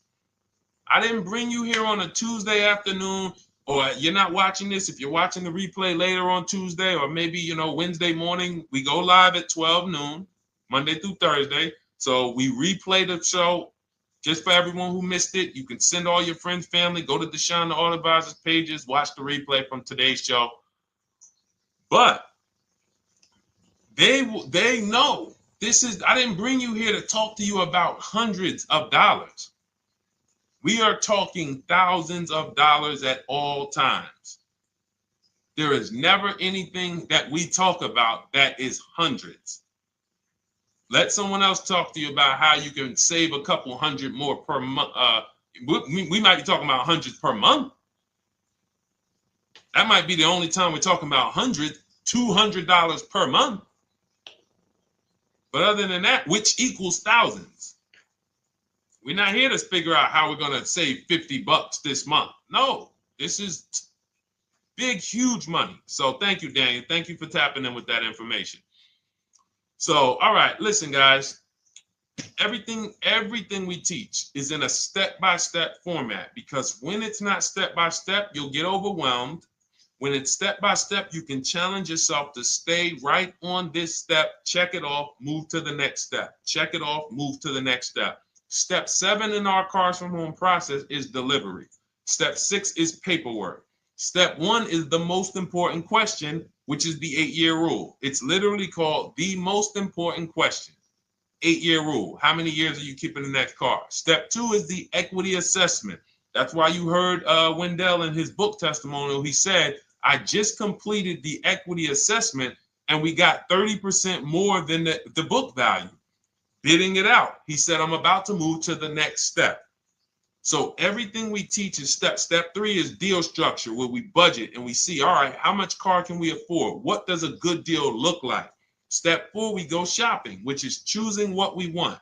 Shopping, looking, doing. We're not buying it. We're shopping the market. We're test driving. We are literally choosing what we want. Shopping, enjoying shopping. Step 5 is multiple offers. That's when we're in talking to dealers online, getting offers, getting bids. Step 6 is paperwork and protection to make sure that the offer we got is legit. We tied it up. Paperwork is right. We go over extended warranties, tire and wheel, maintenance plans. Do we need them? Key protection. Do we need any of this stuff? And step 7 is delivery. It is a step-by-step path. That is how people win. They're not coming into some college to learn how to be a car salesman or to learn everything I know. No, it's a path. So if you want the blueprint in book form, that's my digital book, Cars from Home, 7 Steps of Saving Time, Money, and Avoiding Dealerships. Normally $97, part of our 30-minute welcome offer. You can get yours for $24 in my TikTok bio, Instagram bio, the YouTube comments, and the Facebook comments. Click those links and then click the special $24 welcome offer. It's good for 30 minutes. And you'll save 75%. If for those of you who are like, Deshone, what about that video checklist? That is our Shop Done With You program. Cars from Home, done with you. You get lifetime access to everything we teach, all our below market videos, and it's short videos. I want you guys getting cars in 90 minutes. 90 minutes. Not shopping. The shopping might take you longer. Deciding what you want, you might be doing that for 2 months. But once you decide what you want, I want you to be able to get below market deals in 90 minutes. That's how I do it. We're not hours and hours to get these car deals. Some of these deals we make in literally 45 minutes over a 3-day period. So that is how we do it. And you'll have access to our coaching program. We do Zoom calls twice a month, first and third Wednesday. And you have a Facebook group with 1,600 people in it that have come before you in the last 3 years. And then for those of you who qualify for shop with done for me, just do it for me, Deshone. New cars and leases only. Credit score has to be over 670 FICO. Book a call with our team. Let's see if we can help you. All of those have welcome specials. The book is 75% off welcome special. Shop with Deshone is $200 off welcome special for 48 hours. And done for you is $300 off for 72 hours. All welcome specials for people to say, all right, I'm taking action. I'm going to take advantage of a lower investment for taking action immediately. And for those of you who you're still new here, you're like, Deshone, I like the information, but I need to get, can I get some free advice first? Let me test out some free advice. You can, of course, go download our cheat sheets, and that's there as well. All of that is in the Cars from Home Toolkit. So always a pleasure. We will be back tomorrow, 12 noon. Please mark your calendars, tell your friends, bring a friend, and we'll continue to, we'll continue to do what we do and try to make sure you guys have everything you need to win every car you get. I want you sending pictures with the numbers. You know you've done it right when every car you get, you have pictures with the numbers. You know people who purchase cars all the time, all post their pictures. Hey, had to upgrade. Oh, just got this. Hey, had to treat myself. Oh, watch it now. But you never see the numbers because they really are not confident in the numbers. They don't want to talk about the numbers. Everybody who shops with us, whether you're getting our book, whether you're using our stuff, and sometimes people who they piece together my social media videos and they'll get it done. But they are sending the numbers. Look at what I paid for this car. Not only did I get a great car, but look at the deal I got on the car. That's when you know, all right, you understand this thing. All right, have a great day, y'all. See you tomorrow. And if you couldn't make the whole broadcast, feel free to watch the replay. We'll be replaying it throughout the day until tomorrow's show. All right, have a great day, y'all. Thank you. God bless you.